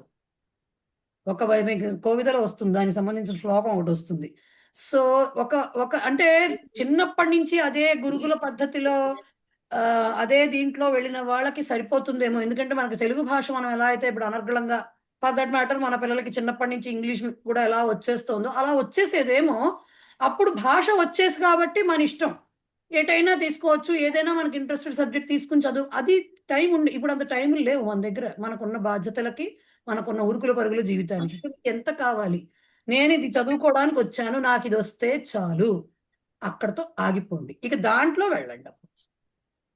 ఇంకో దాంట్లో వెళ్తే ఏమవుతుందంటే మీరు చదువుకున్న దానికి ఇంక లేదంటే ఇక్కడే ఈ డుక్రూయిలో డూ ఎందుకు లేదు, ఈ ఎందుకు లేదు, క్రూ కాస్త ఇలా ఎలా మారింది ఇక్కడ కొట్టుకుంటూ ఉంటే 2000 ధాతువులు ఎప్పటికీ తేలేను మనం, ఎప్పటికీ తేలం. 2000 ధాతువులు కేవలం దానిలో మళ్ళీ ఉపసర్గలు 100 ఉంటాయి. ఉపసర్గలతోటి మళ్ళీ ఇన్ని రూపాయలు ఎప్పటికి తేల్తామండి? మునగడం తప్ప తేలే విధానం కనబడదు. కాబట్టి ఎంతవరకు తెలుసుకున్న ఆ టైంలో అలా వచ్చింది అనుకోండి, దానికి ఒక్కదానికి వెతుక్కోండి, తెలిసిపోతుంది, అక్కడతో వదిలేయండి. మీనింగ్ అర్థమవుతుంటే అక్కడతో వదిలేసేయండి, అంతవరకు. ఓకే. కానీ ధాతువుల గురించే ఒక చిన్న ప్రశ్న మహోదయ. భీ అంటే అది ఏంటి వస్తుంది మహోదయ? భీ ధాతు, భయం అని ధాతు, భయపడడం, భీత. ఓకే. ఒకటి క్రీ ఇచ్చారు, బిభ్యతినా, బిభ్యతి, బిభేతి, బిభ్యతి, అది గుర్తొచ్చింది మహోదయ. ఇంకా ఒక అక్షరం ఇట్లా ఇచ్చి అంటే ఆ ప్లస్ ఈ ప్లస్ అలా ఇస్తున్నారు, క్రూ అనో లేకపోతే ఇంకోటి అలా ఇస్తున్నారు. లేకపోతే ఇక్కడ ఈ పేపర్ లో అయితే వి ప్లస్ క్రీ అని ఇచ్చారు, అంటే క్రీనాతికి క్రీ ఉంటుంది కదా, ఆ క్రీ ఇచ్చారు, వి ప్లస్ క్రీ ఇచ్చారు, అంటే విక్రీనాతి అని. అంతే మరి. వి అనేది ఉపసర్గ కాబట్టి ఇప్పుడు మీకు ధాతు పాఠాలు సెర్చ్ చేయాలంటే ఎప్పుడు నార్మల్ ధాతువులు వస్తాయి. నమస్తే సార్, మీ గురించి అనుకున్నాం రాలేదేమిటా అని. సో క్రీ అనేది మనకి క్రీనాతి అంతవరకే దొరుకుతాయి. మీకు ఉపసర్గలతోటి కూడిన వాటికి లకారాలు దొరకవు మీకు, రైట్? అది లకారం దొరకదు, కేవలం ఉపసర్గ అన్నప్పుడు దాన్ని సెపరేట్ చేసి ఇస్తున్నారు. వి ప్లస్ క్రీ అంటే విక్రీణాతి ఆర్ విక్రీణీతే, ఆత్మనేపద పరస్మైపద ఏదైనా కావచ్చు, అలా ఉంటుంది. నమస్తే సార్. వచ్చేసారు సార్. నేను పాఠాలే కాదు క్లాసులు ఎప్పుడు కూడా మర్చిపోతూ ఉంటానమ్మా. మర్చిపోయారా సార్? నిజంగా మర్చిపోయాను. అయ్యో, అంటే మనవాడికి కాపలా దాంట్లో మర్చిపోయాను. అంటే పాఠాలే కాదు ఇది కూడా మర్చిపోతూ ఉంటాను. మీరు కూడా పసిపిల్లలే, అందుకని మర్చిపోయారు.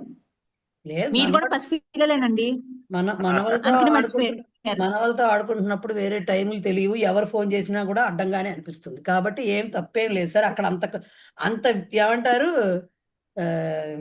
ప్రపంచం ఏమన్నా మహాసభల టైప్ లో ఏం జరగలేదు అక్కడ, డిస్కషన్స్ కంగారు ఏం లేదు. సో ఇప్పుడు వి గురించి ఉపసర్గల గురించి వచ్చినప్పుడు ఎప్పుడైనా సరే ఆ ప్లస్ గమ్ అని ఇవ్వచ్చు. ఇందాక మనం పేపర్ లో చూసినట్టుగా ఆ గమ్ అని డైరెక్ట్ గా కలిపిచ్చేయచ్చు. ఏది ఇచ్చినా కూడా ఉపసర్గను సెపరేట్ చేసి ఇస్తారు. ప్రతి ప్లస్ నీ ప్లస్ వృతు అని ఇచ్చారనుకోండి, ప్రతి నివర్తతే దానికి సంబంధించిన ఏదో ఒక రూపం అక్కడ ఉంటుంది. ప్రతి ప్లస్ ఆ ప్లస్ గమ్ అని ఇచ్చారనుకోండి, ప్రత్యాగచ్చతి దానికి సంబంధించిన ఆ సెంటెన్స్ లో ఆ కాలం ఏ కాలం ఉంది, అది ప్రత్యయాంత రూపం ఉంటుందా లేకపోతే తింగంత రూపం ఉంటుందో దాన్ని బట్టి రాసుకోవాలి. ఓకేనా? బట్ కొన్ని చోట్ల ఒక్కొక్కసారి ఆ అని ఇవ్వకుండా ఆంగ్ అని ఇస్తారు. ఆ అకారం పోతుంది, ఆ అనే మిగులుతుంది. ఆంగ్ అని ఇచ్చారు, ఇదో మనకు తెలియదు అనుకోకూడదు, ఆ అనే అది. సరే, రైట్. ఇంకా అదే ఆగచ్చతిలో ఆంగ్ అంటే ఆంగ్ అనే వస్తుంది కదా మహోదయ. ఆంగ్ ఆగచ్చతి అంటే అదే ఆంగ్ కదా. అనేది యాక్చువల్ ఉపసర్గ ఆంగ్, దాంట్లో నకారం పోతుంది. లైక్ తవతులో కకారం పోయి చివర ఉకారం పోయినట్టు, తవత్ ఒకటే మిగిలినట్టు, అలాగే తాలో కకారం అలాగే. పోయినట్టు, అలా అన్నమాట. మ్యామ్ ఉమ్, ఒక చిన్న సందేహం, చెప్పండి. అంటే సందేహం కాదు, మీ సలహా కావాలి. ఈ కావ్య కథ ఉన్నది కదా, అంటే రెండు ఒక శిశుపాలవధ, కిరాతార్జునీయం రెండు ఉన్నాయి కదా, రెండిటికి సంబంధించి 5 మార్క్స్ కి దాంట్లో ఒకటి రాయాలి. ఓన్లీ శిశుపాలవధకి మాత్రమే కావ్య కథ తయారు చేసుకుంటే మీ ఇష్టం, మీ ఇష్టం. అది కరెక్ట్ పద్ధతి మీ అమ్మా. పిల్లలు ఎవరు పక్కన లేరు కదా? అలాగే ప్రిపేర్ అవ్వాలి, అలాగే ప్రిపేర్ అవ్వాలి. ఫస్ట్ అదిగో, 5 అదే, పాఠాలు అదే. చదివి 85 పాఠాలు కావ్య కథ వదిలేయండి. అది. కానీ పాఠాలు అయితే చదవాలి, ఎందుకంటే కాంటెక్స్ట్ ఇస్తారు కదా. అవునవును, అందులో ప్రశ్నలు ఇస్తారు కాబట్టి అది చదువుకుంటా కానీ కథలకి సంబంధించి ప్రిపరేషన్ ఓన్లీ 5 ఫస్ట్ ఫస్ట్ 5 కి చాలండి. అదే ఎప్పుడైనా అంతే కదా. ఈ తెలివితేటలు. నాకు కూడా అదే డౌట్ లేదు వచ్చింది. సార్, శిరీష స్టూడెంట్ గారికి. మెంటాలిటీ అది. ఏది వదిలేయచ్చో ఫస్ట్ చూసుకుంటారు, తర్వాతే ఏం చదవాలి చూసుకుంటారు. కాబట్టి కరెక్టే ఉన్నారు, అలా కూడా చేసిన వాళ్ళు ఉన్నారు. ఈ tricks నేను మొట్టమొదటి నుంచి అంటున్నాను కదా, చాయిస్ లో వదిలేస్తాను అని. అదే ఆ సార్, టైప్ మీరు అన్ని అన్నమాట. రాసేసారు కదా సార్, మీరు అన్నిటికీ రాసేసారు కదా. ఏమీ లేదు, నేను మొదటి- 6 రాశాను. మొదటి- నేను మేడం దగ్గర ఒప్పుకున్నాను కూడాను. మేడం నేను 6 రాశాను, ఇంకా 4 ఉండిపోయినాయి. అది కిరాతార్జునీయంలో 1 రాశాను, మిగతా 4 ఉండిపోయి ఇంకా చాలా టైం ఉందండి అని నాకు బాగా ధైర్యం ఇచ్చారు నాకు ఆవిడ. మిగిలిన ఫస్ట్ 5 మీకు వచ్చు కదా, అది చాలండి. కాదు, ఇప్పుడు బాగా ధైర్యం ఇచ్చారు అంటే ఇప్పుడు నేను ఏం చెప్పను. అదేమిటండి మీరు ఇంకా చేయకపోవడం ఏమిటి, ఈ పాటికి అయిపోవాలి ప్రిపరేషన్ అనగలనా? రేపే పచ్చున్నా నేను ఆ మాట అనలేను. పోతే పోయింది సార్ అనాలి తప్ప. కాదు అంటే ఇవాళ క్లాసుకు రాను ఇంకా. సో యూజువల్ ఇంకా అంటే టీచర్ గా చెప్పకూడదు, కానీ ఇంకా ఏంటంటే సందర్భ వాక్యాలైనా సరే యూజువల్ డివిజన్ ఎలాగ జరుగుతుంది, 2 రకాలుగా ఇలా ఉన్నప్పుడు హాఫ్ లెసన్స్ లోంచి అన్ని లెసన్స్ ను కవర్ చేయాలి. కాబట్టి సందర్భ వాక్యాలైనా దీంట్లోంచి వాళ్ళు 6 ఇస్తుంటే దీంట్లోంచి 3, దాంట్లోంచి 3 ఇలా జనరల్ గా ఇచ్చేటప్పుడు అలాగే చూస్తారు. బట్ మన అదృష్టం లేదు, బాగా మంచి బాగుంది పూడి వారు. అనుకోండి, 6 ఒక దాంట్లోనే వచ్చాయి అనుకోండి, అది మనం చదవలేదు అనుకోండి, అప్పుడు శిరీష్ గారు అనేదానికి మంగిపూడి వారు రివిట్ వేసారండి. రివిట్ వేసారు, మీకు సందర్భాలు రావచ్చు కదా అని ఒక రివిట్ వేసారు. అంటే చదవక తప్పదు అనేది అర్థమైపోయింది. అలా కాదు. చదువుతాం అది కాదు, నేను అడిగింది ఓన్లీ కథ గురించే అడిగాను నేను, అంతే. దానికే అలా నేను కాదు. క్వశ్చన్ గురించి. అలాగే ఇస్తే సందర్భ వాక్యాలు చదివింది ఏదో రాసేస్తాం, 2 అక్కడ 5 వాక్యాలు 10 వాక్యాలు. సందర్భ వాక్యాల్లో మనకి అది కొంచెం ఈజీ అనిపించేది తెలుగు కదా, తెలుగులో కదా తెలుగు, మనం అది. రాసేయచ్చు. అది తెలుగులో రాసేస్తాం కాబట్టి రాలేదు. కనీసం పోనీ 3కు 3 మార్కులు లేకపోతే 2, 2.5 అయినా పడతాయి. ఇది అలా కాదు కదా, ఇది సంస్కృతంలో రాయాలి కదా, అది సమస్య. తర్వాత విజయ్ కుమారి గారు ఒకటి చెప్పారమ్మా. విజయ్ కుమారి గారు ఒకటి చెప్పారు. ఏం చెప్పారంటే ఆవిడ చూసారట, అంటే తెలంగాణ పేపర్ కాదు, ఈ కావ్య కథ 10 మార్కులకు 5 మార్కులకు ఉంటుంది కదా, అది తెలుగులో రాయొచ్చు అని చెప్పేసి ఆవిడ చెప్తున్నారు.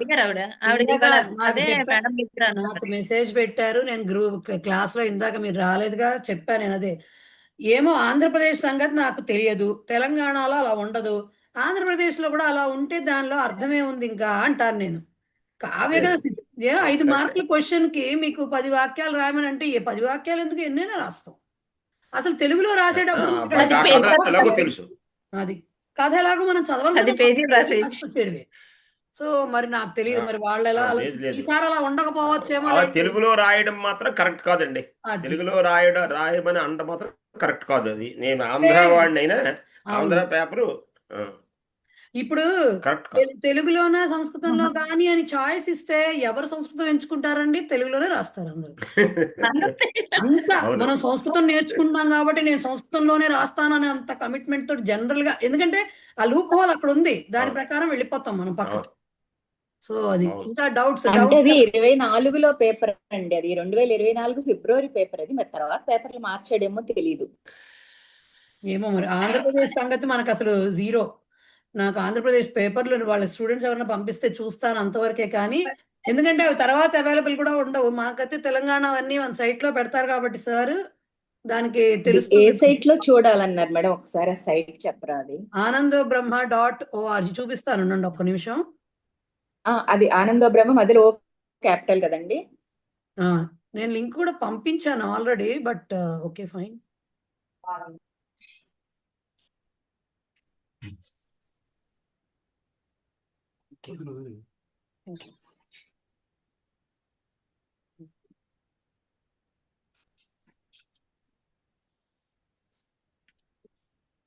ఒక్క నిమిషం కొంచెం మళ్ళీ ఒకసారి లింక్ పెట్టండి. చూపిస్తున్నా అదే చూపిస్తున్నా, ఒక్క నిమిషం.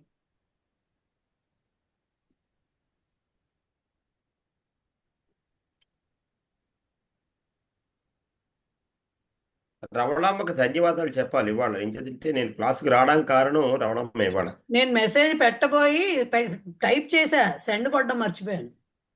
నేను కూడా మర్చిపోయాను.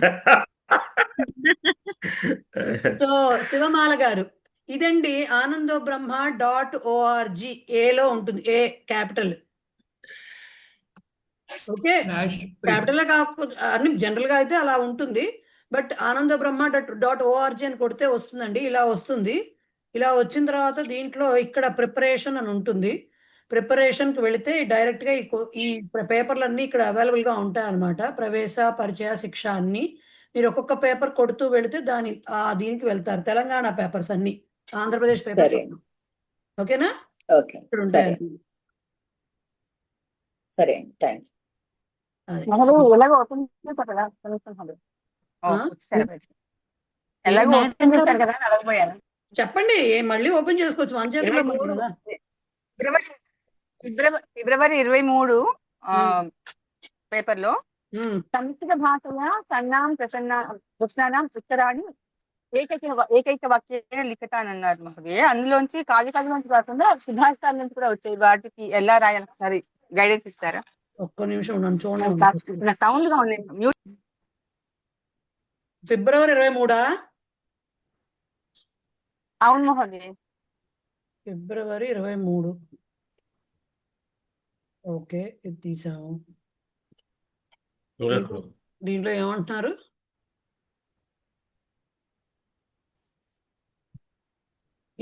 దీంట్లో ప్రశ్నలు అంటే 6 మార్కులకి 1 మార్క్ క్వశ్చన్స్ ఉంటాయి కదా మహోదయ, దాని 1 మార్క్ క్వశ్చన్స్ ఇవే. సంస్కృత భాషయా షణ్ణాం రచనానాం ఉత్తరాన్ని వాక్యాన్ని ఏకైకైన వాక్యం ఎలా రాయాలనుకుంటున్నారా దీన్ని? దాంట్లో ఆహృదయం వినయశీలతాయా అంటే మనకి సుభాషితాల నుంచి ఇచ్చారు కదా, అవి సుభాషితంలో ఉన్న వాక్యం అలా డైరెక్ట్ గా రాసొచ్చా, లేకపోతే ఒక సెంటెన్స్ లాగా రాయాలా? ఏం రాస్తారు చెప్పండి. మీకు జనరల్ గా ఇస్తే మీరు రాద్దాం అనుకుంటున్న ఆన్సర్ ఏంటో చెప్పండి నాకు. మహోదయ అది తెలిస్తే అసలు నేను అడగను, రాసేస్తుంది దాన్ని, అదే అర్థం కాలేదు. అంటే మేడం, అది ఫస్ట్ దానికి ఆ వైరాగ్యం అనండి, కారణం వైరాగ్యం వినయశీలతాయా కారణం అని రాయాలండి. అవును, దానికి ఆన్సర్ వైరాగ్యం. వైరాగ్యం అనే వస్తుంది మహోదయ. అవును, అంటే నా ఉద్దేశం ఏంటంటే లో ఉన్న లైన్ అలా రాసేయాలా, లేకపోతే మనం మామూలుగా క్వశ్చన్ కి సెంటెన్స్ రాయాలి. ఆహృదయం వినయశీలతాయా కారణం వైరాగ్యం. కిమ్ అని ఉన్న ప్లేస్ లో వైరాగ్యం అని రాస్తే అయిపోయింది అక్కడ. వైరాగ్యం. జీవ కీదృశ అని ఇచ్చారు 6వ క్వశ్చన్ దాంట్లోనే. వారితరంగ చంచల తరహ అని రాయాలి. ఎందుకని? జీవే అని ఉన్నప్పుడు వారితరంగ చంచల తరే అని ఇచ్చారు అక్కడ. జీవే వారితరంగ చంచల తరే సౌఖ్యం కుతః ప్రాణినాం అన్నారు. సో జీవేవ అంటే సప్తమిలో వచ్చింది అది. సో జీవ కీదృశ ఇప్పుడు ప్రథమ విభక్తిలో అడుగుతున్నారు కాబట్టి వారి తరంగ చంచల తరహా అని చెప్పాలి. అలాగే ఇక్కడ సౌండ్ ఉంది అందుకే మ్యూట్ చేసుకో. No problem. అయిపోయిందా? అన్వయార్థం కూడా రాయాలా మేడం గారు? అన్వయార్థం కూడా రాయాలా? అన్వయార్థాలు కూడా అడిగితే రాయాలి, అర్థాలు కూడా రాయాలి. రాయాలి. ఇప్పుడు ఈ పైన చూడండి, సుభాషిత ద్వయస్య అన్వయార్థం తాత్పర్యం చ స్వభాషయ లిఖత అన్నారు. అప్పుడు ప్రతిపదార్థము తాత్పర్యం రెండు రాయాలి. అది ఇక్కడ పైన అన్వయ రచన చోట పద విభాగం అన్వయ రచన అన్నారు, తాత్పర్యం అన్నారు. అంతే. అక్కడ అన్వయార్థం అడగలేదు, మనకి ఇవ్వక్కర్లేదు, మనం చెప్పలేదు, మనకు రాయక్కర్లేదు. అది ఏది అడుగుతారో అది చూస్తున్నారు, ఏది అడుగుతారో అది చూసి రాయాలి. ఇంకా ఇంకా మేడం గారు ఒక మాట మేడం గారు, ఇప్పుడు లిట్ లకారం అంటే శత్రు ప్రత్యయం అనుకోవచ్చు అంటారా? ఏమిటది? లిట్ లకారం అంటే ఇప్పుడు ఫస్ట్ పాయింట్ ల్యుట్ అనేది లకారము కాదు. మీరు ల్యుట్ లకారం ఎందుకు అంటున్నారు? లట్ లకారం అనాలేమో, మీరు ల్యుట్ అని చెప్తున్నారేమో పొరపాటున. ఇందాక మీరు అన్నారు కదా మేడం గారు, ల్యుట్ అనేది ఇట్లా వస్తుంది అని అన్నారు కదా, నాకు అర్థంగా మళ్ళీ ఒకసారి అడుగుతున్నాను మేడం గారు. అదా, ల్యుట్ అనేది ప్రత్యయం అండి. LUIT sorry LYUT ల్యుట్, ల్యుట్. ల్యుట్ అనేది నౌన్ ఫామ్ ఇస్తుంది ప్రతి ధాతువుకి కూడా. అది ప్రత్యయము. ఇన్ని 100 రకాల ప్రత్యయాలు ఉండొచ్చు, 150 160 ఉన్నాయట కృత్ ప్రత్యయాలు. ఒక త్వా, ఒక తవతు, ఒక తుమున్, ఒక శానచ్, ఒక శత్రు లాగానే అది కూడా ఒక ప్రత్యయము. ఆ ప్రత్యయం యాడ్ చేయటం వల్ల వచ్చేది నౌన్ ఫామ్ ల్యుట్ అనేది. అది శత్రు ప్రత్యయం వేరు, ఇది వేరు, రెండు డిఫరెంట్. శత్రు ప్రత్యయం రాస్తే మీకు కంప్లీట్ ఫామ్ రాదు, ఇది కంప్లీట్ ఫామ్. అది క్రియని చెప్పేట్టుగా ఉంటుంది, ఇది క్రియని కాదు. క్రియ యొక్క మొత్తం నౌన్ ఫామ్ ని ఇస్తుంది, క్రియ యొక్క నామపదాన్ని ఇస్తుంది ఇది. రైట్? రాస్తేనండి ఏంటండి? లిట్ని రాస్తే కంప్లీట్ గా అవుతుంది అంటారా? ఫామ్ కంప్లీట్ అవుతుంది అంటారా? నౌన్ ఫామ్ ఏదైతే ఉంటుందో దాని, ఇప్పుడు అతడు ఆడుతున్నాడు, ఆడుట అనేది ఏదైతే ఉందో దానిని క్రీడనం అంటారు. చదువుతున్నాడు అంటే పఠతి, చదువుట అంటే ఒక క్రియని టు రీడ్ అంటాం, చదువుట, చదవడం అంటాం మనం మామూలుగా. ఆ చదవటం అనే దాన్ని పఠనం అంటారు. మరి చదవటం అనేది చదువుతున్నాడు, చదవబోతున్నాడు, చదివేశాడు, వీటన్నిటికీ డిఫరెన్స్ లేదు. సో చదవటం అనే ప్రక్రియ, దానికి సంబంధించిన నౌన్ ఫామ్ అంటారు, దాన్ని నామపదం అంటారు. దాన్ని ల్యుట్ అంటారు. ల్యుట్ ద్వారా చెప్తాం. అంటే ఇప్పుడు అన్ని చదువుతా ఉండాలి మేడం గారు, లిట్టు లోటు అవన్నీ చదువుతా ఉండాలి కదా? మీరు మళ్ళీ ల్యుట్ని లోటుని కంబైన్ చేయకూడదు. ల్యుట్ అనేది ప్రత్యయం అండి, లోట్లు అనేవి లకారాలు, రెండింటిని మిక్స్ చేయకూడదు. తెలియాల్సిందే, ల్యుట్టులు కూడా తెలియాల్సిందే. అన్ని నౌన్ ఫామ్స్ ఏంటి, ఇప్పుడు పఠతి, పఠనం, కరోతి, ఇవన్నీ ఆ చెప్పేవన్నీ ల్యుట్టులు.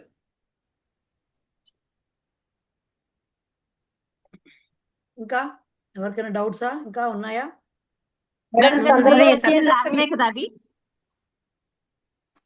ఉమాదేవి గారు చెప్పండి.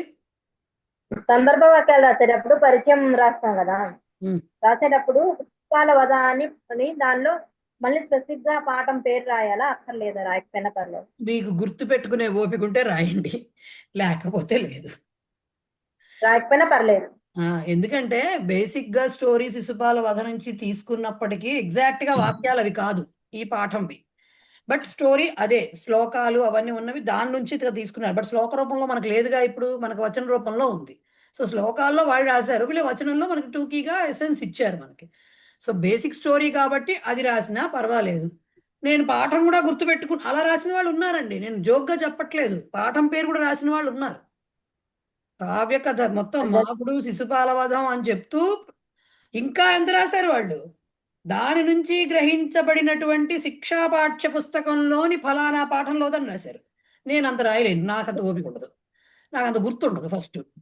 సో మా గుర్తుండదు అసలు. చెప్పండి ఉమాదేవి గారు, మీరు చెప్పండి. ఈ విషయంలో మార్కులు కాకపోయినా పర్లేదు, నేనైతే అంత గుర్తుపెట్టుకోలేను. అందుకని ఇక్కడ కూడా రాయాలా అక్కర్లేదా? లేదు, మీరు మీ ఓపిక, అది లెసన్ పేరు గుర్తుపెట్టుకోవడం 10 పాఠాలు కష్టమే కదా. సో అది లేకపోయినా ఇది రాస్తే కూడా పడతాయి మార్కులు. సరే. మ్యామ్ ఇంకొకటి 11th లెసన్ లో ఇవి ఇచ్చారు కదా, కొన్ని ధాతువులు ఇచ్చారు, వాటికి రూపాలు ఇచ్చారు. ఆ ప్రతి చాప్టర్ లోనూ 5 ఇచ్చారు కదా ధాతువు. వాటికి లుట్ ఏదైనా అడిగితే మేము ఫామ్ చేయాలంటే అది ఎట్లాగా, అలా ఏం అడగరా? ఆల్రెడీ ఉన్నవి మోస్ట్లీ మీకు ఎందుకు ఆల్రెడీ ఫామ్ చేయలేము?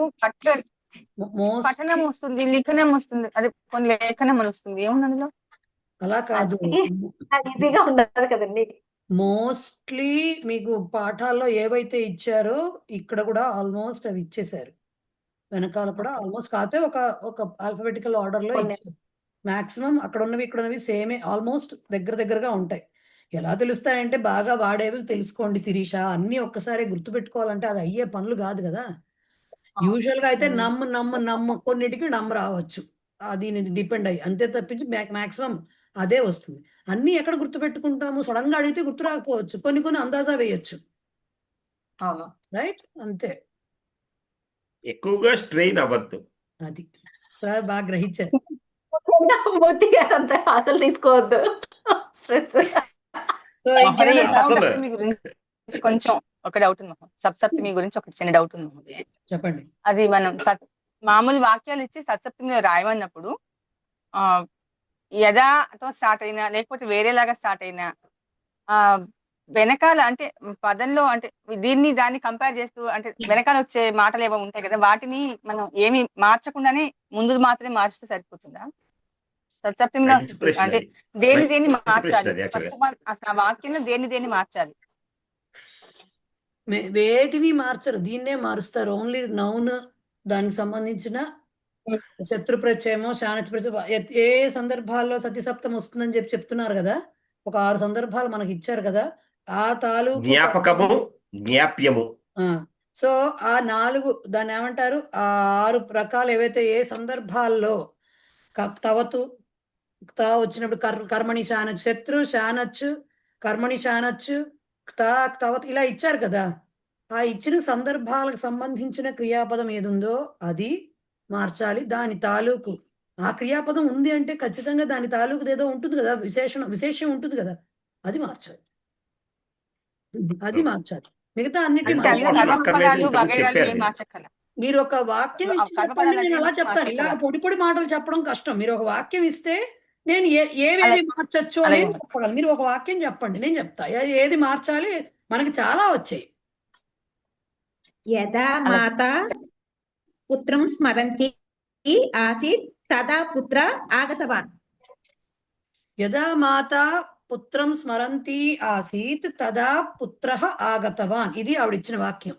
ఎప్పుడైతే తల్లి స్మరిస్తూ ఉందో, పుత్రుని స్మరిస్తూ ఉందో, అప్పుడు పుత్రుడు వచ్చాడు. ఇక్కడ పుత్రుడు వచ్చాడు అనే విషయం మాట్లాడం మనం, అది అక్కడ పక్కన ఉంటుంది. ఇప్పుడు ఎప్పుడు వచ్చాడు పుత్రుడు అనేది ఎలా చెప్తున్నాము?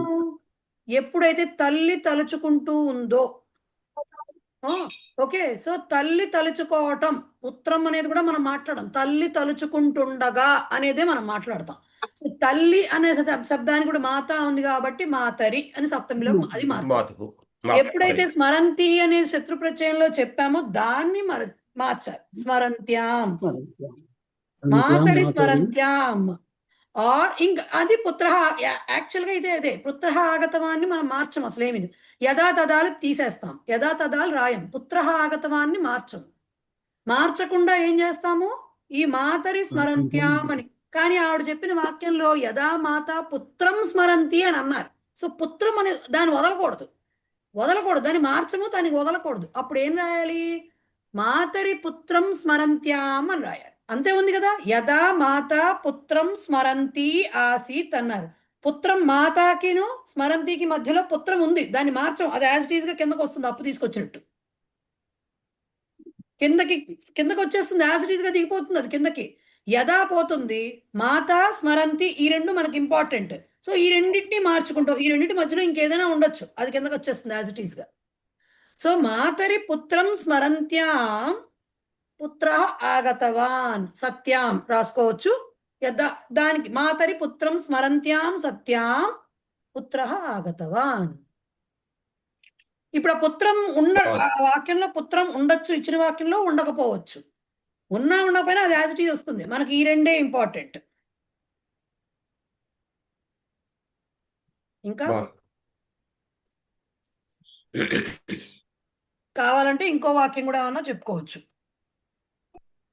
మహోదయ నార్యః జల్పంత్యః ఆసన్ అంధకారః ప్రసృతః. నార్యః జల్పంత్యః ఆసన్. మహిళలు మాట్లాడుతూ ఉన్నారు. అప్పుడు ఏమైంది? చీకటి, అంధకారము, చీకటి పడిపోయింది. మన భాషలో మామూలుగా చెప్పుకోవాలంటే అంధకారః ప్రసృతః మనకు సంబంధం లేదు. అదేంటిది అంధకార ప్రస్తుత అనేది మనం ఆ తాలూకు దాని యొక్క టైంని తెలుసుకోవాలి. ఎప్పుడు అంత చీకటి పడింది, ఎప్పుడు చీకటి పడిందని క్వశ్చన్ వచ్చినప్పుడు ఎప్పుడు పడింది? మహిళలు మాట్లాడుతుండగా. అప్పుడు అప్పుడు దానికి చెప్పాలి. సో నారీషు జల్పంతీషు సతీషు. అంధకార మారదు, అది అలాగే ఉంటుంది. తిప్పి చెప్పామనుకోండి వాక్యాన్ని, దీన్నే తిప్పి చెప్పామనుకోండి, అంధకార ప్రసృత నార్య గృహం గతవత్య. ఇది చెప్పాను నేను. చీకటి పడింది, మహిళలు ఇంటికి వెళ్ళారు, ఇది చెప్పాను. ఇప్పుడు ఎట్లా మారుస్తారు? మహిళలు ఇంటికి వెళ్ళారు. ఎప్పుడు మహిళలు ఇంటికి వెళ్ళారు? ఈ క్వశ్చన్ ఇంపార్టెంట్. చీకటి పడినప్పుడు. ఇప్పుడు దానికి చెప్తాను. అది ఎలా చెప్తారు? అంధకారే అంధకారే కదా, ప్రసృతే. అంతే అంతే. అంధకారే ప్రసృతే మహిళా ఆర్ నార్య ఎవరైనా కావచ్చు. గృహం గతవత్. అది మారదు ఇప్పుడు, ఇది మారుతుంది. ఇది మారుతుంది ఇప్పుడు. రైట్? సో ఇది తెలుసుకోవాలి. ఇంకా ఉంటే అడగచ్చు డౌట్. నేను ఇంకో 2-3 దీనికి చెప్పడానికి కూడా ప్రాబ్లం ఏం లేదు నాకు. మేడం గారు ఇంకోటి చిన్న మేడం గారు, యదా సహ గృహ నిర్మాణం కుర్వన్ తదా ఇష్టికః పతితాః. ఇది ఒక్కసారి చెప్పరా మేడం గారు? పుస్తకాల చెప్తాను.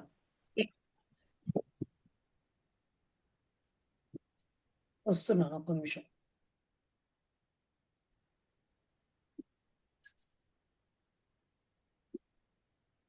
నేను చెప్తాను, ఒకవేళ తప్పైతే చెప్తారా? ఒక్క నిమిషం. అలాగే. ఇప్పుడు ఒకసారి పూర్ణమాధవ గారు మళ్ళీ వాక్యం చెప్పండి. యదా సహ గృహ నిర్మాణం కుర్వన్ ఆసీత్ తదా ఇష్టికాః పతితాః. అతడు ఎప్పుడైతే గృహ నిర్మాణం చేస్తూ ఉన్నాడో అప్పుడు ఇటుకలు పడినవి. చెప్పండి. తస్మిన్ గృహ నిర్మాణం కుర్వతి ఇష్టికాః పతితాః. అంతే. ఇప్పుడు మనం ఇష్టికాలు పడిపోయినాయి, దానికి యదా కూడా లేకుండా కూడా రాయొచ్చు. సహ గృహ నిర్మాణం కుర్వన్ ఆసీత్ ఇష్టికాః పతితాః. ఇలా చెప్పినప్పుడు కూడా యదా తదా లేకుండా చెప్పిన ప్లెయిన్ వాక్యాలు ఉన్నా అలాగే చేస్తాం. ఏంటి మనకు విషయం ఏం కావాలి మనకి అంటే, జ్ఞాప్య క్రియ జ్ఞాపక క్రియ అని 2 చెప్పుకున్నామా? ఫలస్య పతనం జ్ఞాపక క్రియ అయితే, జ్ఞాప్య క్రియ అయితే వృక్షస్య కంపనం జ్ఞాపక క్రియ అవుతుంది. అంతేనా? అంటే మనం పండు ఎప్పుడు పడిందో మనం తెలుసుకుందాం అనుకున్నాం. అంటే ఒక క్రియ యొక్క కాలాన్ని తెలుసుకుందాం అనుకుంటున్నాం. ఏ క్రియ యొక్క కాలాన్ని తెలుసుకోగోరుతున్నామో దాన్ని జ్ఞాప్య క్రియ అంటారు. ఆ క్రియ మనకి దేనినైతే గుర్తు చేస్తుందో, ఇంకో క్రియను గుర్తు చేస్తుందో దాన్ని జ్ఞాపక క్రియ అంటారు. సో ఎప్పుడు కూడా జ్ఞాపక క్రియకి సంబంధించింది మారుతుంది. జ్ఞాప్య క్రియ అలాగే ఉంటుంది. ఇష్టికాః పతితాః, పుత్రః ఆగతవాన్, ఇవి అక్కడే ఉంటాయి. ఓకే. అంధకారః ప్రసృతః, లేకపోతే ఈ తర్వాత వాక్యం నార్యః గృహం గతవంతః, ఇవి అలాగే ఉంటాయి. ఇవి జ్ఞాప్య క్రియలు. అంటే వాటి తాలూకు టైంను మనం తెలుసుకుందాం. ఎప్పుడు వెళ్ళారు ఇంటికి ఆడవాళ్ళు, ఎప్పుడు వచ్చాడు కొడుకు, ఎప్పుడు వచ్చింది చీకటి ఎప్పుడు పడింది, ఇది మనం తెలుసుకోగోరుతున్నాం. ఈ టైం తెలుసుకుందాం అనుకుంటున్నాం. అందుకని అవి జ్ఞాప్య క్రియలు. తెలుసుకొనగోరు క్రియలు జ్ఞాప్య క్రియలు. అంటే క్రియలు అంటే క్రియలు కాదు, టైము. సో ఈ క్రియల్ని దేంతో పెట్టి రిలేట్ చేస్తున్నాము? ఆడవాళ్ళు మాట్లాడడంతో, అలాగే అమ్మ తలుచుకోవడంతో, అలాగే ఇంకోటి ఏదో చీకటి పడడంతో, ఇట్లాంటి వాటితోటి రిలేట్ చేస్తున్నాం. వాడు ఇల్లు కట్టినప్పుడు అని రిలేట్ చేస్తున్నాం. సో ఇవన్నీ మారతాయి. ఇవి జ్ఞాపక క్రియలు. ఈ క్రియని ఆ క్రియ ద్వారా లింక్ చేస్తున్నాం. జ్ఞాపక క్రియలకు సంబంధించింది మాత్రమే సతి సప్తమిలో సప్తమి రూపాన్ని తీసుకుంటుంది. జ్ఞాప్య క్రియ యాజ్ ఇట్ ఈస్ గా ఉంటుంది. అది తెలియాలి. జ్ఞాప్య క్రియ ఇంత టర్మినాలజీ లేకపోయినప్పటికీ మనం ఏం తెలుసుకోగోరుతున్నాము, దేని యొక్క టైం తెలుసుకోవాలనుకుంటున్నామో అది మారదు. దేని ద్వారా టైం తెలుసుకోవాలనుకుంటున్నామో అది మారుతుంది. క్లియరా మహోదయ? నేను ఎక్కడ కన్ఫ్యూజ్ అవుతున్నానంటే అంటే తవత్ ప్రత్యయం వచ్చినప్పుడు శత్రు ప్రత్యయం వచ్చినప్పుడు ఇవి పఠతి వస్తుంది. అదేమో తవత్ ప్రత్యయంలోనేమో పఠితవతి అని వస్తుంది, అంటే సప్తమిలో. అంటే ఎగ్జాంపుల్ చెప్తున్నాను. అలా ఆ రూపము రాయటంలో నేను చాలా కన్ఫ్యూజ్ అయిపోతున్నాను మహోదయ. ప్రాక్టీస్ అయినా ఇంక వేరే దారి లేదా? అంతకుమించి వేరే దారి లేదు. శబ్ద రూపాలు తరవుగా ఉండడం తప్ప దానికి వేరే దారి లేదు. ఓకే. సహ ఆగతవాన్ ఏషః గతవాన్, ఈ రెండు వాక్యాలు నేను సింపుల్ విషయాలు ఇచ్చాను నేను. ఆర్ సహ ఆగతవాన్ ఏషా గతవతి, ఏదైనా కానివ్వండి. అతడు వచ్చాడు అంటే అతడు వచ్చినప్పుడు వీడు వెళ్ళాడు, ఇది చెప్పదలుచుకుంది నేను. గతవాన్ అని ఇచ్చాము. ఇప్పుడు ఏం చెప్పాలి? అతడు వచ్చినప్పుడు ఇతను వెళ్ళాడని చెప్పాలి. ఎలా చెప్పాలి సత్సప్తమి? తస్మిన్ గతవతి ఏషః గతవాన్. అంతే కదా మరి. ఇప్పుడు దాన్నే మళ్ళీ మారుస్తున్నా. సహ గతః ఏషః ఆగతః. నేను ఇప్పుడు ఇది ఇచ్చాను. అంటే రామశబ్దం లాగా వస్తుంది. తస్మిన్ గతే ఏషః గతవాన్. ఆగతః ఇచ్చాను. ఆగతః, నేను ఆగతవాన్ కూడా సింపుల్. అంతే. శిక్షిక ఆగతవతి. కరెక్టే కాదా అని ఒక చిన్న కన్ఫ్యూజన్ తో కొట్టుకుంటున్నాను మహోదయ నేను బాగా. శిక్షిక ఆగతవతి ఛాత్రాః ఉత్థితవంతః. ఎలా? శిక్షిక ఆగతవతి ఛాత్రాః సో శిక్షిక ఆగతవతి ఛాత్రాః ఉత్థితవంతః. ఎలా మారుస్తాం?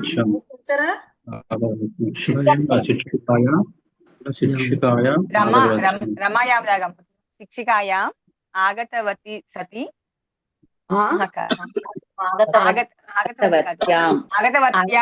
ఆగతవత్యాం అంతే. గౌర్యాం లాగా.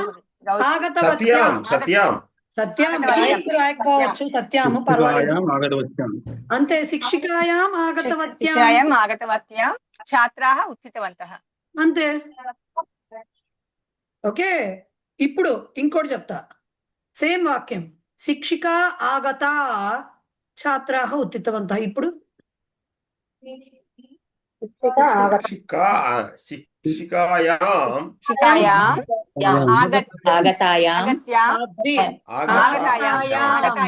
రామాయాం లాగా. అంతే. రమాయాం లేదు, రమాయామే ఉంది. రామాయాం లేదు. ఓకే. సో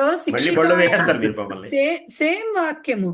సహ ఆగతవాన్ తస్మిన్ ఆగతవతి.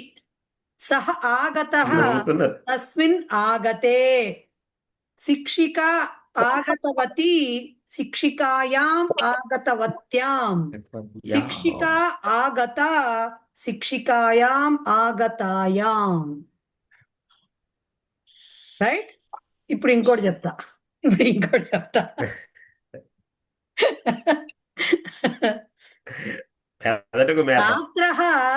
ఛాత్రః పఠన్ అస్తి. పఠన్ అస్తి. నేను మిగతా వాక్యం చెప్పట్లా. ఛాత్రః పఠన్ అస్తి. దీన్ని ఎలా మారుస్తారు? ఛాత్రే పఠతి. Okay right. అక్కడికి బానే ఉంది. పాఠః పఠ్యమానః అస్తి.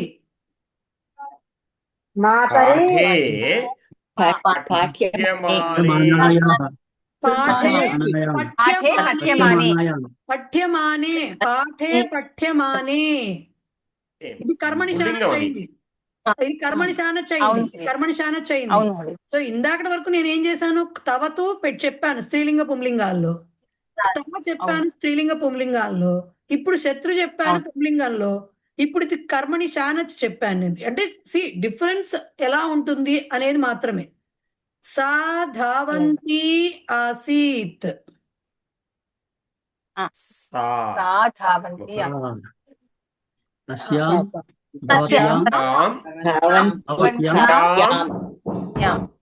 అంతే. తస్యాం ధావంత్యాం, ధావంతి వచ్చింది కాబట్టి స్త్రీలింగం వచ్చినప్పుడు ధావంత్యాం అవుతోంది అక్కడ, రైట్. కథ కథ్యమానా అస్తి,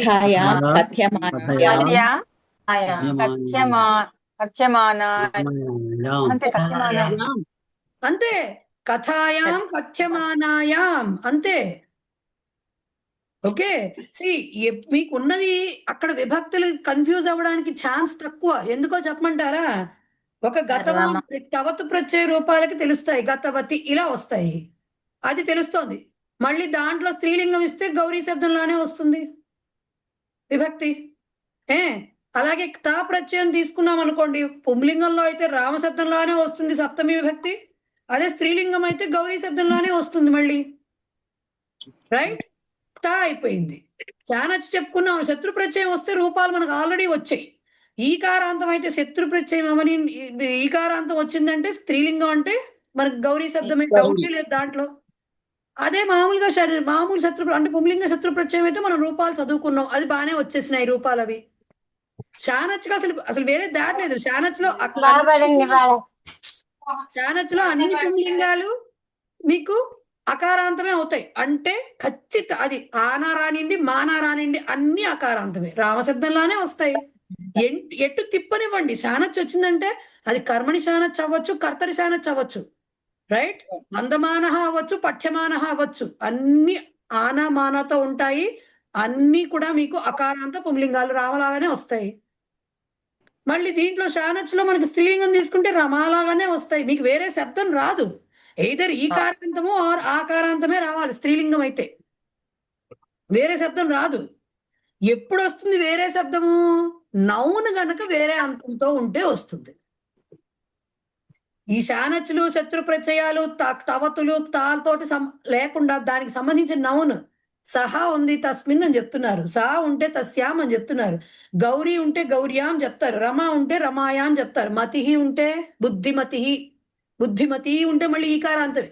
సపోజ్ ఎగ్జాంపుల్ చెప్తున్నా, అలా ఈకార ధేనుహు అని వచ్చింది అనుకోండి, ధేనుహు అన్నప్పుడు దానికి సంబంధించి ధేన్వాం రావాలి, అది మారుతుంది తప్ప వాటికి సంబంధించినవి అవి ఆ శబ్దాలు ఏ అంతంలో ఉంటే దానికి సంబంధించి సప్తమి మారుతుంది తప్ప మీకు తవతు తా ఇవన్నీ very very well defined, already decided. అవన్నీ అవి ఆ ప్రత్యయ రూపాల్లో పుంలింగం అయితే ఈ అంతాలే ఉంటాయి, స్త్రీలింగం అయితే ఈ అంతాలే ఉంటాయి అనేది డిసైడెడ్. దాన్ని మార్చక్కర్లేదు, మనం దాంట్లో కన్ఫ్యూజ్ అవ్వక్కర్లేదు. ఇవంటారా, ఇవి మీకు మామూలు నౌన్ ఫామ్ విశేష్యాలు కనుక ఏ అంతంలో ఉంటాయో దాన్ని బట్టి అక్కడ రామ ఇస్తే అకారాంతం, హరి ఇస్తే ఇక అది వేరు, ఆ సెట్ వేరు, ఈ సెట్ వేరు, రైట్. అది ఇంకా ఏమైనా డౌట్స్ ఉన్నాయా మేడం? ఇప్పుడు సతీ అని రాసుకుంటాం, సతీ సత్సు అని రాస్తారు కదా, అవి రాయాలా అక్కర్లేదా? అవి కంపల్సరీ కాదు, కంపల్సరీ కాదు సార్. అవి నేను రాసుకుంటూ ఉంటాను, ఎందుకంటే నాకు వినడం ఆ రిథం ఇష్టం నాకు, అందుకని నేను రాసుకుంటా. అది ఊరికనే తస్యాం పఠంత్యాం అంటే నాకేదో వదిలేసినట్టు అనిపిస్తుందని నేను సత్యాం అని కూడా అనుకుంటూ ఉంటాను మనసులో, ఒకవేళ అక్కడ రాయకపోయినా కూడా. సో అది రాయాలన్న నిబంధన లేదు, చాలా చోట్ల మీకు కనపడదు కూడా, అది ఎక్కడ కనపడటం లేదు, కనపడదు కూడా, మామూలుగా వాడుకలో కనపడదు. మీకు ఎందుకు చెప్పారు అంటే సతీ సప్తమి అని చెప్పినందుకు సతి అనే మాట రావాలి కాబట్టి మీకు అది ఉంటుంది ఇంటర్నల్ గా అని చెప్పడానికి చెప్పారు, కంపల్షన్ కాదు, రైట్. ఇంకా మేడం ఒకసారి చెప్తాను, చెప్పరా ఒకసారి? ఏంటిదండి? లాస్ట్ సంధి, లాస్ట్ అదే లాస్ట్ ఛత్వ సంధి 3 వస్తే దాంట్లో విట్శంకర అవే కదా. ఛత్వ సంధిలో బండగా గుర్తుపెట్టుకోవాల్సింది ఏమిటి మనము? ఉత్తర పదము శకారంతో స్టార్ట్ అవ్వాలి. శకారంతో పాటుగా ఏదో ఒక స్వరమైనా ఉండాలి, లేకపోతే యారాలవహాల్లో ఏదో ఒకటి ఉండాలి. ఇంతేనా? శ్లోక, శ్వేత ఇలా ఏదో ఒకటి ఉండాలి, లేకపోతే శస్త్రం ఇలాగే ఏదో ఒకటి ఉండాలి. శకారంతో స్టార్ట్ అవ్వాలి. ఛత్వ సంధి అంటేనే మీనింగ్ ఏంటి? దాని ఒకటే ఉద్దేశం, దానికి ఏంటి? ఉత్తర పదంలో ఉన్న శకారము చకారంగా మారడం ఒక్కటే దాని ఉద్దేశం. ఈ శకారము చకారం అవడం మాత్రమే ఛత్వసంధి. అది ఎప్పుడు మారుతుంది, దానికి ఎలా ఉండాలి, కండిషన్స్ అనేవి చెప్పారు. కాట అలాంటివి వచ్చినప్పుడు పూర్వపదంలో డైరెక్ట్ గా మారిపోతుంది, ఇంకేం లేదు. వాక్ శస్త్రం అవుతుంది అంతే. వాక్ శస్త్రం వస్తే శకారం కాస్త డైరెక్ట్ చా కింద మారిపోతుంది. అది ఒక్కటే, అవి రెండే. విట్ శంకర ఈ టకారం వచ్చినప్పుడు అవి డైరెక్ట్ గా మీకు దాన్ని ఏమంటారు, చా కింద మారిపోయి రెండు కలిపి రాసేస్తాం అంతే. అవి కాకుండా మిగతా వచ్చినప్పుడు ఏమవుతుంది అంటే అది ముందు జస్త్వానికో శ్చుత్వానికో మారి ఆ తర్వాత మారాల్సి వస్తుంది. దానికి తగ్గట్టుగా చా రావడానికి ఇక్కడ ఏం ఉండాలో అవన్నీ కంప్లీట్ అవ్వాల్సి వస్తుంది.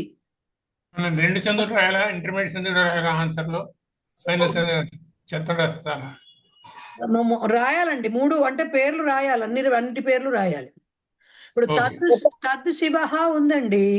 తద్ శివ ఉన్నప్పుడు అది ఎలా మారుతుంది? తచ్చివ రావాలి. ఫైనల్ ఫామ్ మనకు ఎలా కనిపిస్తుంది? తచ్చివ అంటే హాఫ్ చా కనపడుతుంది. ఆ హాఫ్ చా కింద తద్దిలోంచి మారాలి అంటే డైరెక్ట్ గా దకారము చా కింద మారదు. అది ఫస్ట్ జా కింద మారాలి, జా మళ్ళీ చా కింద మారాలి. ఇన్ని జరగాలి. అంటే పేర్లే కాకుండా తచ్చి కూడా రెండు చెప్పాలి. ఇంటర్మీడియట్ కాదు సార్, వాళ్ళు తద్దు ప్లస్ శివ అని ఇస్తే మీరు మిగతావన్నీ రాయరు. రాయకుండా డైరెక్ట్ తచ్చివ అని రాస్తారు, కానీ సందులు మాత్రం 3 రాస్తారు. 3 రాయాలి. మీకు వాక్ శస్త్రం గాని లేకపోతే విట్శంకర గాని రాసేటప్పుడు డైరెక్ట్ దాంట్లో ఏముండదు, ఒక్క ఛత్వమే ఉంటుంది. కానీ మిగతా ఎగ్జాంపుల్స్ అలా కాదు. మిగతా ఎగ్జాంపుల్స్ లో ఆల్మోస్ట్ అన్నిట్లో కూడా మీకు శ్చుత్వము అలాంటివన్నీ ఏవో ఒకటి కలుస్తాయి దాంట్లో. ఉండండి ఎగ్జాంపుల్స్, నాకు బుక్కులు గుర్తురమ్మంటే గుర్తురావు, చూస్తాను. ఉండండి ఎగ్జాంపుల్స్. పూర్వపదం ఏదైనా ఉండొచ్చు, మనం ఎలా అయినా ఉండొచ్చా? దానికి అంటే దానికి కండిషన్స్ ఇచ్చారు కదా వాళ్ళు. మీకు ఎగ్జాంపుల్ చెప్పాలంటే నాకు బుక్కులు గుర్తుకురావు. ఒక్క నిమిషం ఉండండి, తీయనండి, నా పుస్తకం తీయనండి, పేపర్ పేజ్. మా దాంట్లో అయితే 94 మేడం. 94.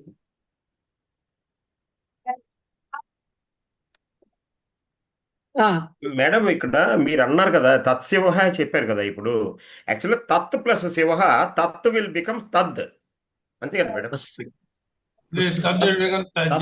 శివ తద్ ప్లస్ శివ జస్తం అవుతుంది, దా అవుతుంది, తర్వాత దా జ అవుతుంది, అది శ్చుత్వం, అంతే కదా మేడం? మీ ఇద్దరు అయితే నేను చెప్తా సార్. ఇక్కడ డిఫరెన్స్ ఏంటి అంటే తత్ ప్లస్ శివ వాళ్ళు డైరెక్ట్ గా తకారం ఇచ్చిస్తే గొడవ లేదు.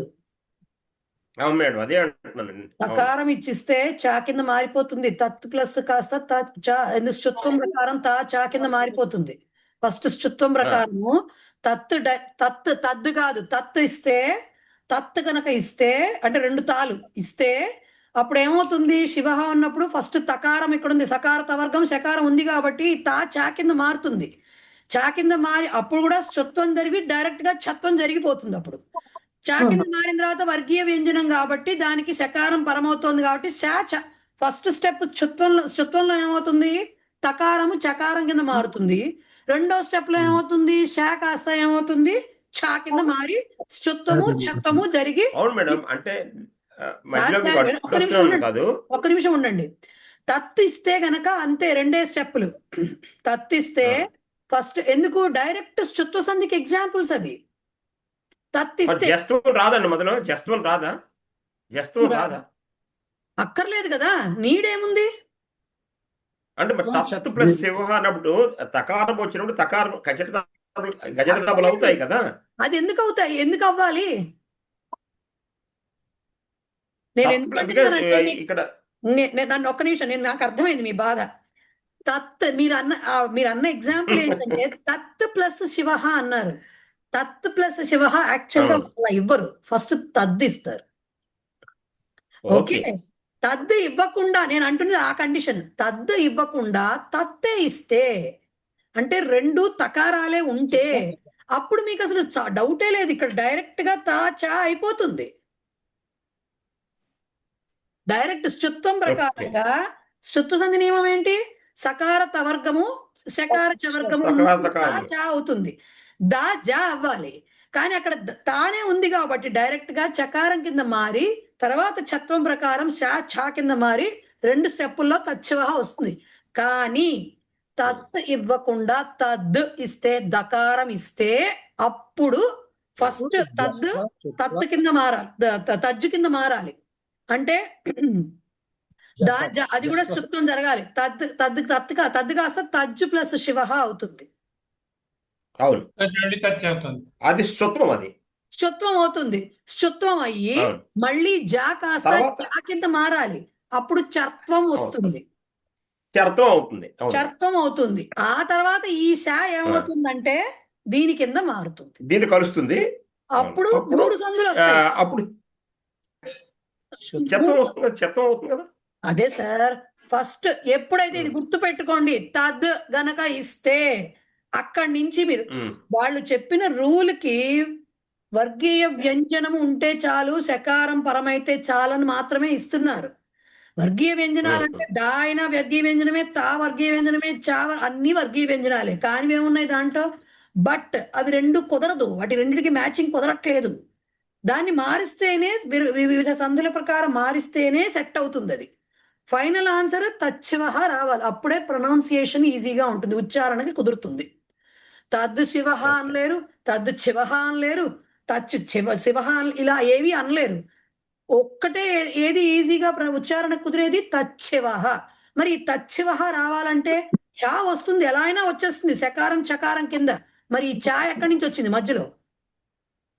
చా రావాలంటే తద్ ఇచ్చినప్పుడు మాత్రం ఫస్ట్ ఆ దా జా కింద మారాలి, అంటే స్థుత్వం జరగాలి. స్థుత్వం జరిగి జా కింద మారుతుంది, అప్పుడు కూడా తజ్ శివ అని పలకలేరు, కష్టము. సో జా చా కింద మారాలి అంటే వర్గ తృతీయం వర్గ ప్రథమాక్షరం కింద మారాలి, అంటే చత్వం జరగాలి. జరిగి అప్పుడు ఫైనల్ గా చత్వం వస్తుంది. పైన రెండులో కూడా ఎప్పుడైనా చత్వం అనేది ఫైనల్ గా రావాల్సిందే, శా చా కింద మారిపోతుంది. వర్గీయ వ్యంజనాలు ఉన్నాయి కాబట్టి శా చా కింద మారిపోవడం ఫైనల్. మరి కానీ ఇది కుదరాలి కదా, మనకి మ్యాచింగ్ సెట్ అవ్వాలి. అది సెట్ అవ్వకపోతే బాగుండదు కదా. అవి కుదరాలి అంటే ఏ అక్షరం దగ్గరగా ఉంటే మనం లెక్కగలుగుతాము, ఆ రకంగా రాసుకుని రావాలి చత్వానికి. మీకు ఆల్మోస్ట్ అన్నిటికీ కూడా స్థుత్వము కంపల్సరీ జరుగుతుంది. ఎక్కడంటే ఎప్పుడు ఒక కకారము టకారము ఉండే చోట్ల తప్ప, పూర్వపదాంతంలో కకార టకారాలు ఉన్నప్పుడు తప్ప ఆల్మోస్ట్ అన్ని చోట్ల కూడా స్థుత్వం జరుగుతుంది. అక్కడ తకారం ఉన్నా స్థుత్వం జరుగుతుంది, దకారం ఉన్నా స్థుత్వం జరుగుతుంది. తకారం ఉంటే స్థుత్వం జరిగి ఇమ్మీడియట్ గా చత్వం వచ్చేస్తుంది. దకారం ఉంటే స్థుత్వంతో పాటు చత్వం జరిగి తర్వాత చత్వం జరుగుతుంది, చత్వం వస్తుంది. అంటే దీని అంటే మళ్ళీ విసిగిస్తున్నాను అనుకోకండి, ఈ వీటన్నిటికీ మొదలు స్థుత్వం ముందర తత్. ఇప్పుడు మామూలుగా తత్ శివ కదండి, అది ఒరిజినల్ గా ఏంటి తత్ శివ, అది అంతే కదండి. మనం మామూలుగా అనుకోవడానికి తచ్చివ అన్నది తత్, అది శివ, అది కదండి అర్థం. ఆ తత్ శివ అన్నది, ఆ శివ అన్నది అది అది మృదు వ్యంజనమే కదా. అది సి సా ష అన్నది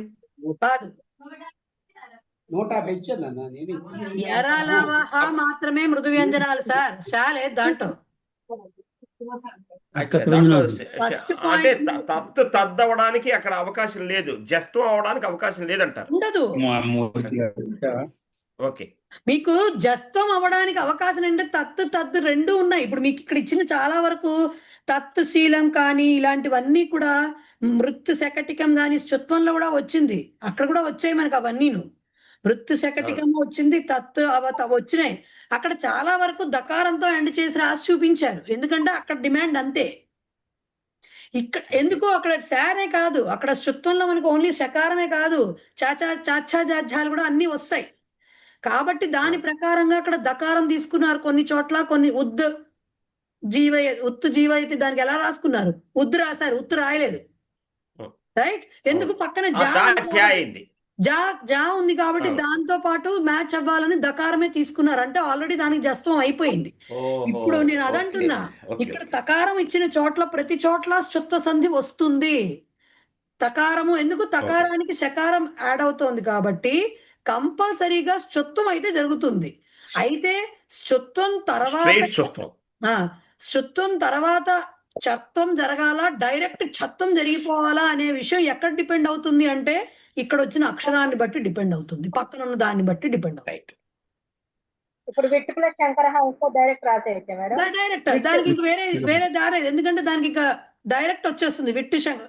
ఎందుకంటే వర్గీయ వ్యంజనం ఉంది అక్కడ, కకారంతో ఎండ్ అయ్యేట్టుగా మనకి ఏవి ఉండవు, ఒక్క జస్త్వాలు తప్పించి.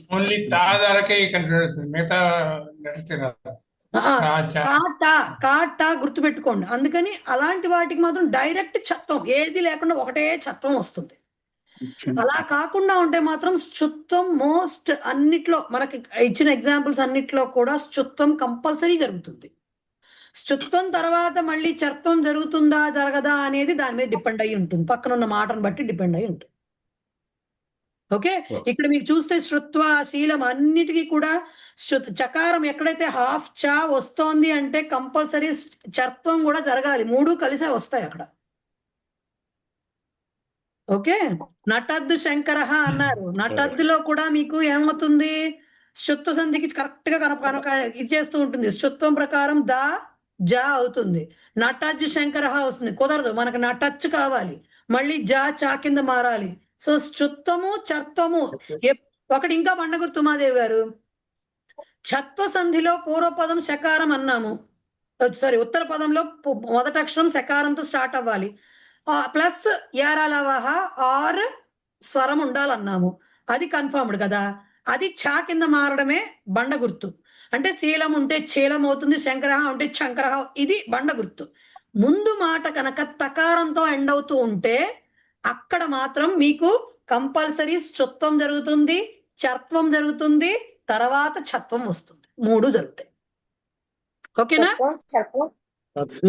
మేడం? ఇంకొకటి వీడు కేన నియమేనా అని అడుగుతున్నారు మేడం. కేన నియమేనా అంటే సూత్రం ఎలా ఏం రాయాలండి? మామూలుగా ఇప్పుడు విసర్గ సంధికి అయితే మీరు అన్నట్టుగా విసర్గ ఉకారమను లేకపోతే విసర్గ ఉకార రేఫాను రాస్తే సరిపోతుందండి, లేకపోతే ఇది రాయాల సూత్రం రాయాలంటారా? కేన నియమేన అంటే విసర్గ సంధి ఉకార నియమేన, అంతేనే. ఇప్పుడు మరి మిగతా సంధులు కూడా ఇచ్చాడు అలాగా, మరుత్తు ప్లస్ చలతి అని ఇచ్చాడు. అంటే ఇప్పుడు దాన్ని మనం ఇలా ఏమన్నా అంటే సంధికృత్వ కేన నియమేన ప్రాప్త ఇతి లిఖత అన్నాడు.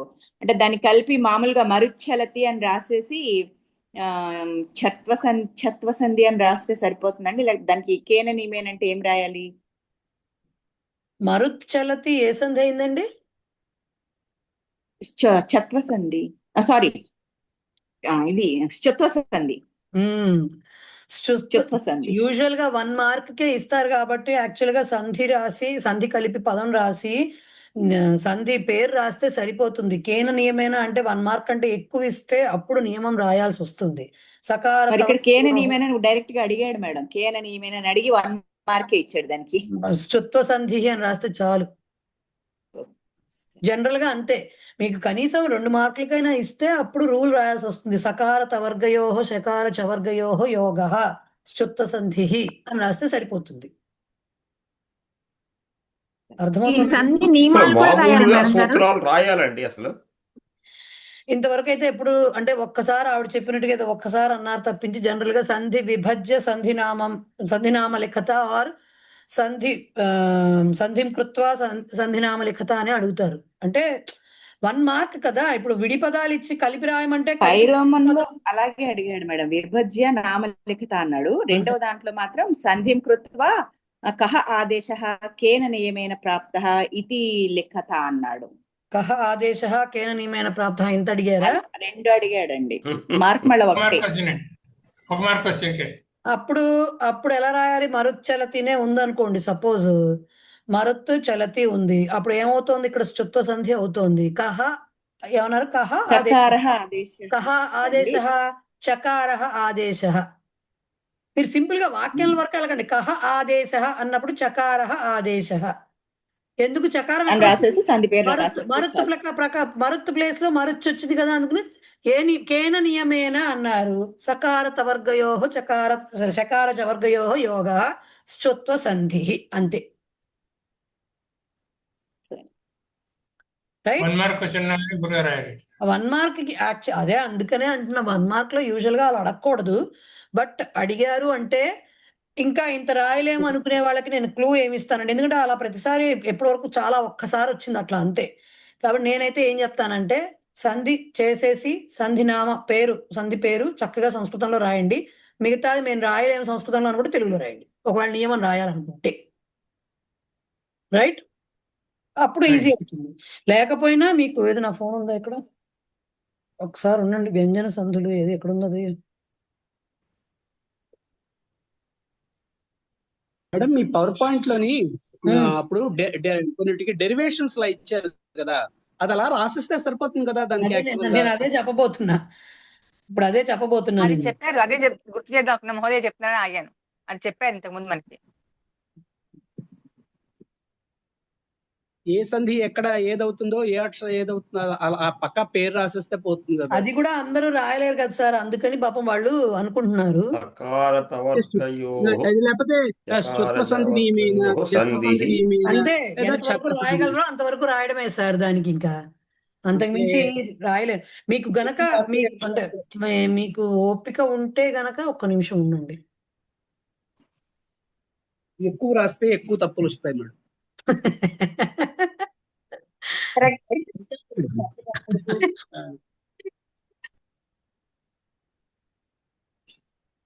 సొంత వాక్యాలకు అసలే కూడా మన భాష కాదు, మన భాష ఇది, పర్ఫెక్ట్ మన భాష. మమ భాష, మమ భాష ఏం లేదు. మామ ఇప్పుడు కాదండి మామ. ఇప్పుడు వ్యంజన సంధులు ఇలా ఉన్నాయనుకోండి, శ్రుత్వ సంధికి మీకు రాయడం రాకపోతే ఈ లైన్ గుర్తుపెట్టుకుంటే చాలు. అది ఈ లైన్ గుర్తుపెట్టుకుంటే శ్రుత్వ సంధికి కూడా ఈజీయే కదా. శ్రుత్వ సంధికి కూడా మీకు ఇదిగో ఈ ఫస్ట్ వాక్యం గుర్తుపెట్టుకుంటే చాలు. అనునాసికలు మిగతా ఉదాహరణలు కావాలనుకోండి, మిగతా వాటికి కావాల్సిన అనుకోండి, ఇది గుర్తుపెట్టుకుంటే పదాంత మకార వ్యంజనం మకార స్థానే అనుస్వ. ఇది అట్లీస్ట్ ఇవి గుర్తుపెట్టుకోవాలి. అంత జనరల్ గా ఉండదు, బట్ మీకు తెలిసిపోతుంది కదా ఎప్పుడు వస్తాయి అనేది. కొంచెం తెలియాలి కదా యాక్చువల్ గాను, రైట్? కొంచెం తెలియాలి. కొన్నిటికైతే చెప్పగలం. ఇప్పుడు శ్రుత్వానికి ష్టుత్వానికి అయితే రాయగలము, అన్నిటికీ అలా రాయలేం కదా. ప్రతిదానికి రాయాలి అంటే ఒకే సెంటెన్స్ లో రాయడం అంటే కష్టం అవుతుంది. ఓకే, చూడండి, జనరల్ గా అంత రాయలేమనుకుంటే కనీసం సంధి, ఇప్పుడు సంధి పేరు పదం కరెక్ట్ గా రాసేస్తే 1 మార్క్ లోంచి మళ్ళీ 30వ మార్క్ అయితే వేయలేరు కదండి. ఇది అర మార్కు వేయలేరు. చాలా లాజికల్ మీరు చెప్పింది. తెలుగులో కూడా రాయొచ్చు కదండి. యాక్చువల్ గా తెలుగులో రాయకూడదండి. వాళ్ళు కేన నియమేనా సంస్కృతంలో అడుగుతుంటే మనం తెలుగులో ఎలా రాస్తాము? కానీ ఒక్కసారే వచ్చిందండి అట్లాగా, మళ్ళీ తర్వాత ఎప్పుడు రాలేదు. అందుకని దాని గురించి అంత వర్రీ అవ్వకండి. ఓకేనా మేడం? ఇంటి దగ్గర రాసే వాళ్ళకి ఈసారి ఎలా ఇస్తారు? పరిచయాలు ఆన్లైన్ పేపర్ ఇచ్చారు. ఏమో ఈసారి ఏం చేస్తారు? అసలు లాస్ట్ టైం పరిచయ పేపర్ వచ్చేంత, అంటే లాస్ట్ టైం ఎగ్జామ్స్ జరిగినంత వరకు కూడా ఆన్లైన్ ఒక పేపర్, ఆఫ్లైన్ ఒక పేపర్ విడిగా ఇస్తారని తెలియదు. లాస్ట్ టైమే స్టార్ట్ చేశారు అట్లాగా. మరి మరి ఈసారి ఎవరి అదృష్టాలు ఎలా ఉన్నాయో, నా అదృష్టం ఎలా ఉందో నాకు తెలియదు. ఏమైందండి ఇప్పుడు, ఎంత తిప్పి తిప్పి ఇచ్చినా మీకు సుభాషితాలు అన్వయ క్రమంలోను అవన్నీ రిస్ట్రిక్టెడ్ వే కదా. ప్రహేళికలు ఇవన్నీ కూడా ఏవైతే లౌకిక న్యాయాలు అన్నీ ఉన్నాయి. ఆ 20లోంచే ఇవ్వాలి, ఆ 10లోంచే ఇవ్వాలి. ఏమి ఇచ్చినా దాన్ని మించి వెళ్ళరు. ఎక్కడ ఆడుకోవడానికి ఛాన్స్ ఎక్కడ వస్తుంది? గ్రామర్. అది కూడా వద్దండి, అది కూడా అట్లా వద్దు కదా. నన్ను అడిగితే అసలు గ్రామర్ ఒక్కటే పెడితే బాగుంటుంది అంటాను నేను. ఈ భాష నేర్చుకుని అవన్నీ ఎందుకు ఇప్పుడు 100 మార్కులకి అదే పెట్టేయచ్చు మహోదయ, 100 మార్కులకి అదే పెట్టేయచ్చు. పెట్టేసుకుంటే బాగుంటుంది కదా అంటాను. కానీ అందరినీ జనరల్ గా దృష్టిలో పెట్టుకుని అందరికి కనీసం పాస్ మార్క్స్ రావాలనే ఉద్దేశంతో పెడతారు కదా. పేపర్ డిజైనింగ్ ఎప్పుడు అట్లాగే ఉంటుంది. అందుకని మామూలుగా ఇస్తారు మీరు కనుక పేపర్ పెడితే. నేను నాకు అందుకే నాకు ఆ ఛాన్స్ ఇవ్వరులేండి వాళ్ళు. అందుకే నాకు ఆ ఛాన్స్ ఇవ్వరు. అంటే యూజువల్ గా మనం ఏ పాఠ్యక్రమం తీసుకున్నా, మన సంస్కృతం అని కాదు, పిల్లల స్కూల్ సిలబస్ లో ఏం తీసుకున్నా కేవలం గ్రామరో కేవలం ఫార్ములే ఇలా ఉండవు కదా. కాస్త అటు ఇటు అన్ని రకాలు ఉంటాయి. అప్పుడే అది మొత్తం కంప్లీట్ వర్షన్ అవుతుంది. కొత్త గ్రామర్ మాత్రమే చదువుకునే కోర్సులు ఉంటే దానికి గ్రామర్రే చెప్తారు. మీరు నిండా మునగాల్సిందే దాంట్లో. మేడం చివరి క్లాసులో ఒక విషయం సెలవిచ్చారు. ఏంటంటే విద్యార్థి ఓడిపోవాలి, వాడు ఫెయిల్ అయిపోవాలి అనే ఉద్దేశంతో మాత్రం ఎప్పుడూ పరీక్షా పేపర్ ఇవ్వరు. అవును, అది గుర్తుపెట్టుకోవాలి. అంచేది హ్యాపీగా మనం రాసేయవచ్చు. ఏం పేపర్ అంతే. ఆ మాటే కొండంత బలం మూర్తి గారు. అంతే చెప్పాను నాకు కదా. ఆ బలం ఎప్పుడూ ఉందండి. కాదు సార్, నిన్న డివిజన్ కూడా ఇచ్చారు కదా, ఒకసారి పెట్టారు కదా గ్రూప్ లోను మార్క్స్ డివిజన్ ఎట్లా ఉంది చూస్తే మీరు 46 మార్క్స్ మీకు దీనికే ఉంది. మామూలు థియరీ ఉంది. Covid 54 marks. ఎలాగైనా కోవిడ్ అయితే మళ్ళా మీ దగ్గర తప్పదు. మేడం ఆ మార్క్ డిస్ట్రిబ్యూషన్ ఏదైతే ఇచ్చారో దాని తర్వాత మీకు పోస్ట్ పెడితే మీరు మళ్ళీ నాకు ప్రత్యుత్తరం ఇచ్చిన తర్వాత ఐఎమ్ హ్యాపీ. ఎప్పుడు 46 మార్క్స్ మీకు ఇవి ఇచ్చారు, ఏమంటారు, థియరీ ఇచ్చేసారు. 54 మార్క్స్ గ్రామర్ ఇచ్చారు. ఇంత మనం చదువుకుని ఇంత కష్టపడి 35 మార్కులు రావంటే అసలు ఫస్ట్ నేను నమ్మను. నేను థియరీనే చదువుకుని వెళ్తానన్నా కూడా 35 మార్కులు రావాల్సిందే. ఎందుకంటే ఆల్మోస్ట్ తెలుగులో రాయాలి. 56 మార్కులు పోని రాలేదు, 25 మార్కులే వచ్చే థియరీ ఒప్పుకుంటా. 56 మార్కులు 10 మార్కులు రావా? నాకైతే నమ్మకం ఉంది. శిరీష్ గారి మంత్రం బాగా పనిచేస్తుంది. శిరీష్ గారి మంత్రం బాగా పనిచేస్తుంది. చదువుకున్నా పర్వాలేదు. శిరీష్ గారి మంత్రం బాగా పనిచేస్తుందా? సో అదండి. ఇంకొక 8 minutes లోనో 9 minutes లోనో క్లాస్ అయిపోతుంది. ఇంకేమన్నా కావాలంటే చెప్పండి, లేదా ఎక్స్టెండ్ చేస్తా, చేయమంటే ఇంకో పావుగంట, నాకు ప్రాబ్లం లేదు. మీకు ఏమైనా డౌట్స్ ఉంటే అడగండి. ఈ కబుర్లు మనం సాంత్వన చెప్పే విషయాలు చాలా ఎప్పుడైనా చెప్పుకోవచ్చు మనం, ఆ తరగవు. డౌట్స్ ఏమైనా ఉంటే అడగండి, ఇంకేమైనా అడగాలనుకుంటే. మెసేజ్లు పెట్టుకుని కొంతమందికి అర్థమవుతుంది. అన్ని మెసేజ్లు వస్తున్నప్పుడు ఒక్కోసారి ఏముందంటే ఓవర్లుక్ అయిపోతాయి, అవి మిస్ అవుతాం. అందుకని నేను ఒక క్లాస్ పెడితే ముఖాముఖి అడుగుతారన్న ఉద్దేశంతో నేను ఇవాళ పెట్టడం జరిగింది. లేకపోతే ఆగస్టు వరకు నేను మళ్ళీ పెట్టేదాన్ని కాదు. ఇప్పుడు 17th ఆగస్ట్ అంటున్నారు కాబట్టి బాబోయ్. పరీక్ష 17th ఆగస్టా? 17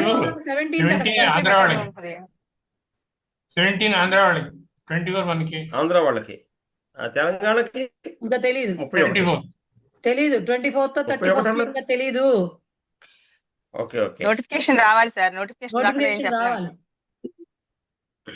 సో 17th ఆగస్ట్ ఉంది అంటే మనం ఎప్పుడు పెట్టుకోవాలి? 9th వరలక్ష్మతం అయింది, తర్వాత పెట్టి వేస్ట్.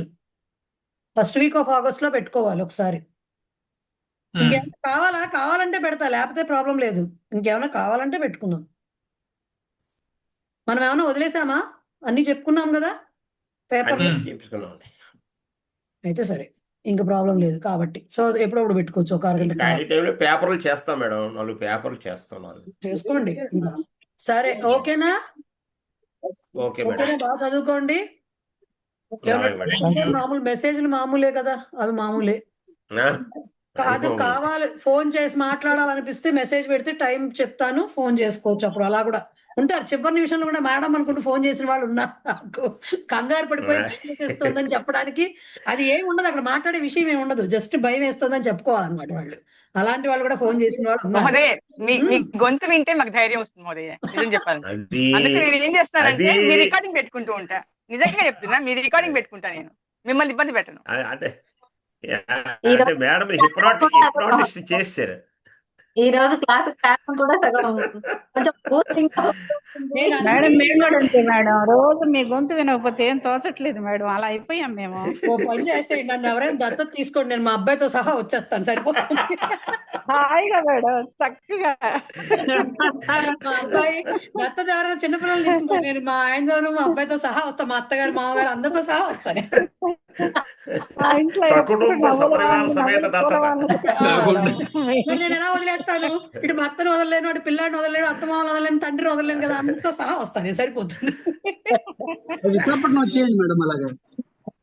ఏమో సార్ విశాఖపట్నం మేడం అయితే అవన్నీ అక్కర్లేదు కానీ ఈ 2-3 రోజులు టైం ఏదో ఇచ్చారు, ఆ టైం మాత్రం చూడండి మేడం. దత్తత సంగతి తర్వాత ముందర ఈ దత్తత సంగతి చూడండి. ఈ 2 వదలను నేను, ఆ చివరిలో ఉందని సంగతి నాకు మీకు తెలుసు, దానికోసం ఎదురు చూస్తున్నాం మహోదయ. ఆ దానికోసం ఎదురు 2-3 చూస్తున్నాం. రోజుల్లో ఏకతా మంత్రః యం వైదికా మంత్రదృశః పురాణాః ఇంద్రం యమం మాతరిస్వానమాహుః వేదాంతినో నిర్వచనీయమేకం యం బ్రహ్మ శబ్దేన వినిర్దిశంతి సైవాయమీశం శివ ఇత్యవోచన్ యం వైష్ణవా విష్ణురితి స్తువంతి బుద్ధస్తథార్హన్నితి బౌద్ధ జైనాః సత్శ్రీ అకాలేతి చ సిద్ధ సంతః శాక్తేతి కేచిత్ ప్రకృతిః కుమారః స్వామీతి మాతేతి పితేతి భక్త్యా యం ప్రార్థయంతే జగదీశితారం స ఏక ఏవ ప్రభురద్వితీయః స ఏక ఏవ ప్రభురద్వితీయః. శాంతి మంత్రః. ఓం సర్వే భవంతు సుఖినః, సర్వే సంతు నిరామయాః, సర్వే భద్రాణి పశ్యంతు, మా కచ్చిద్ దుఃఖభాగ్ భవేత్. ఓం శాంతి శాంతి శాంతి. ధన్యవాదాः మహోదయ. ధన్యవాదాలు, నమస్కారం. ధన్యవాదాలు మేడం. ధన్యవాదాలు మహోదయ. నమస్కారం. ధన్యవాదాలు మహోదయ. ధన్యవాదాలు.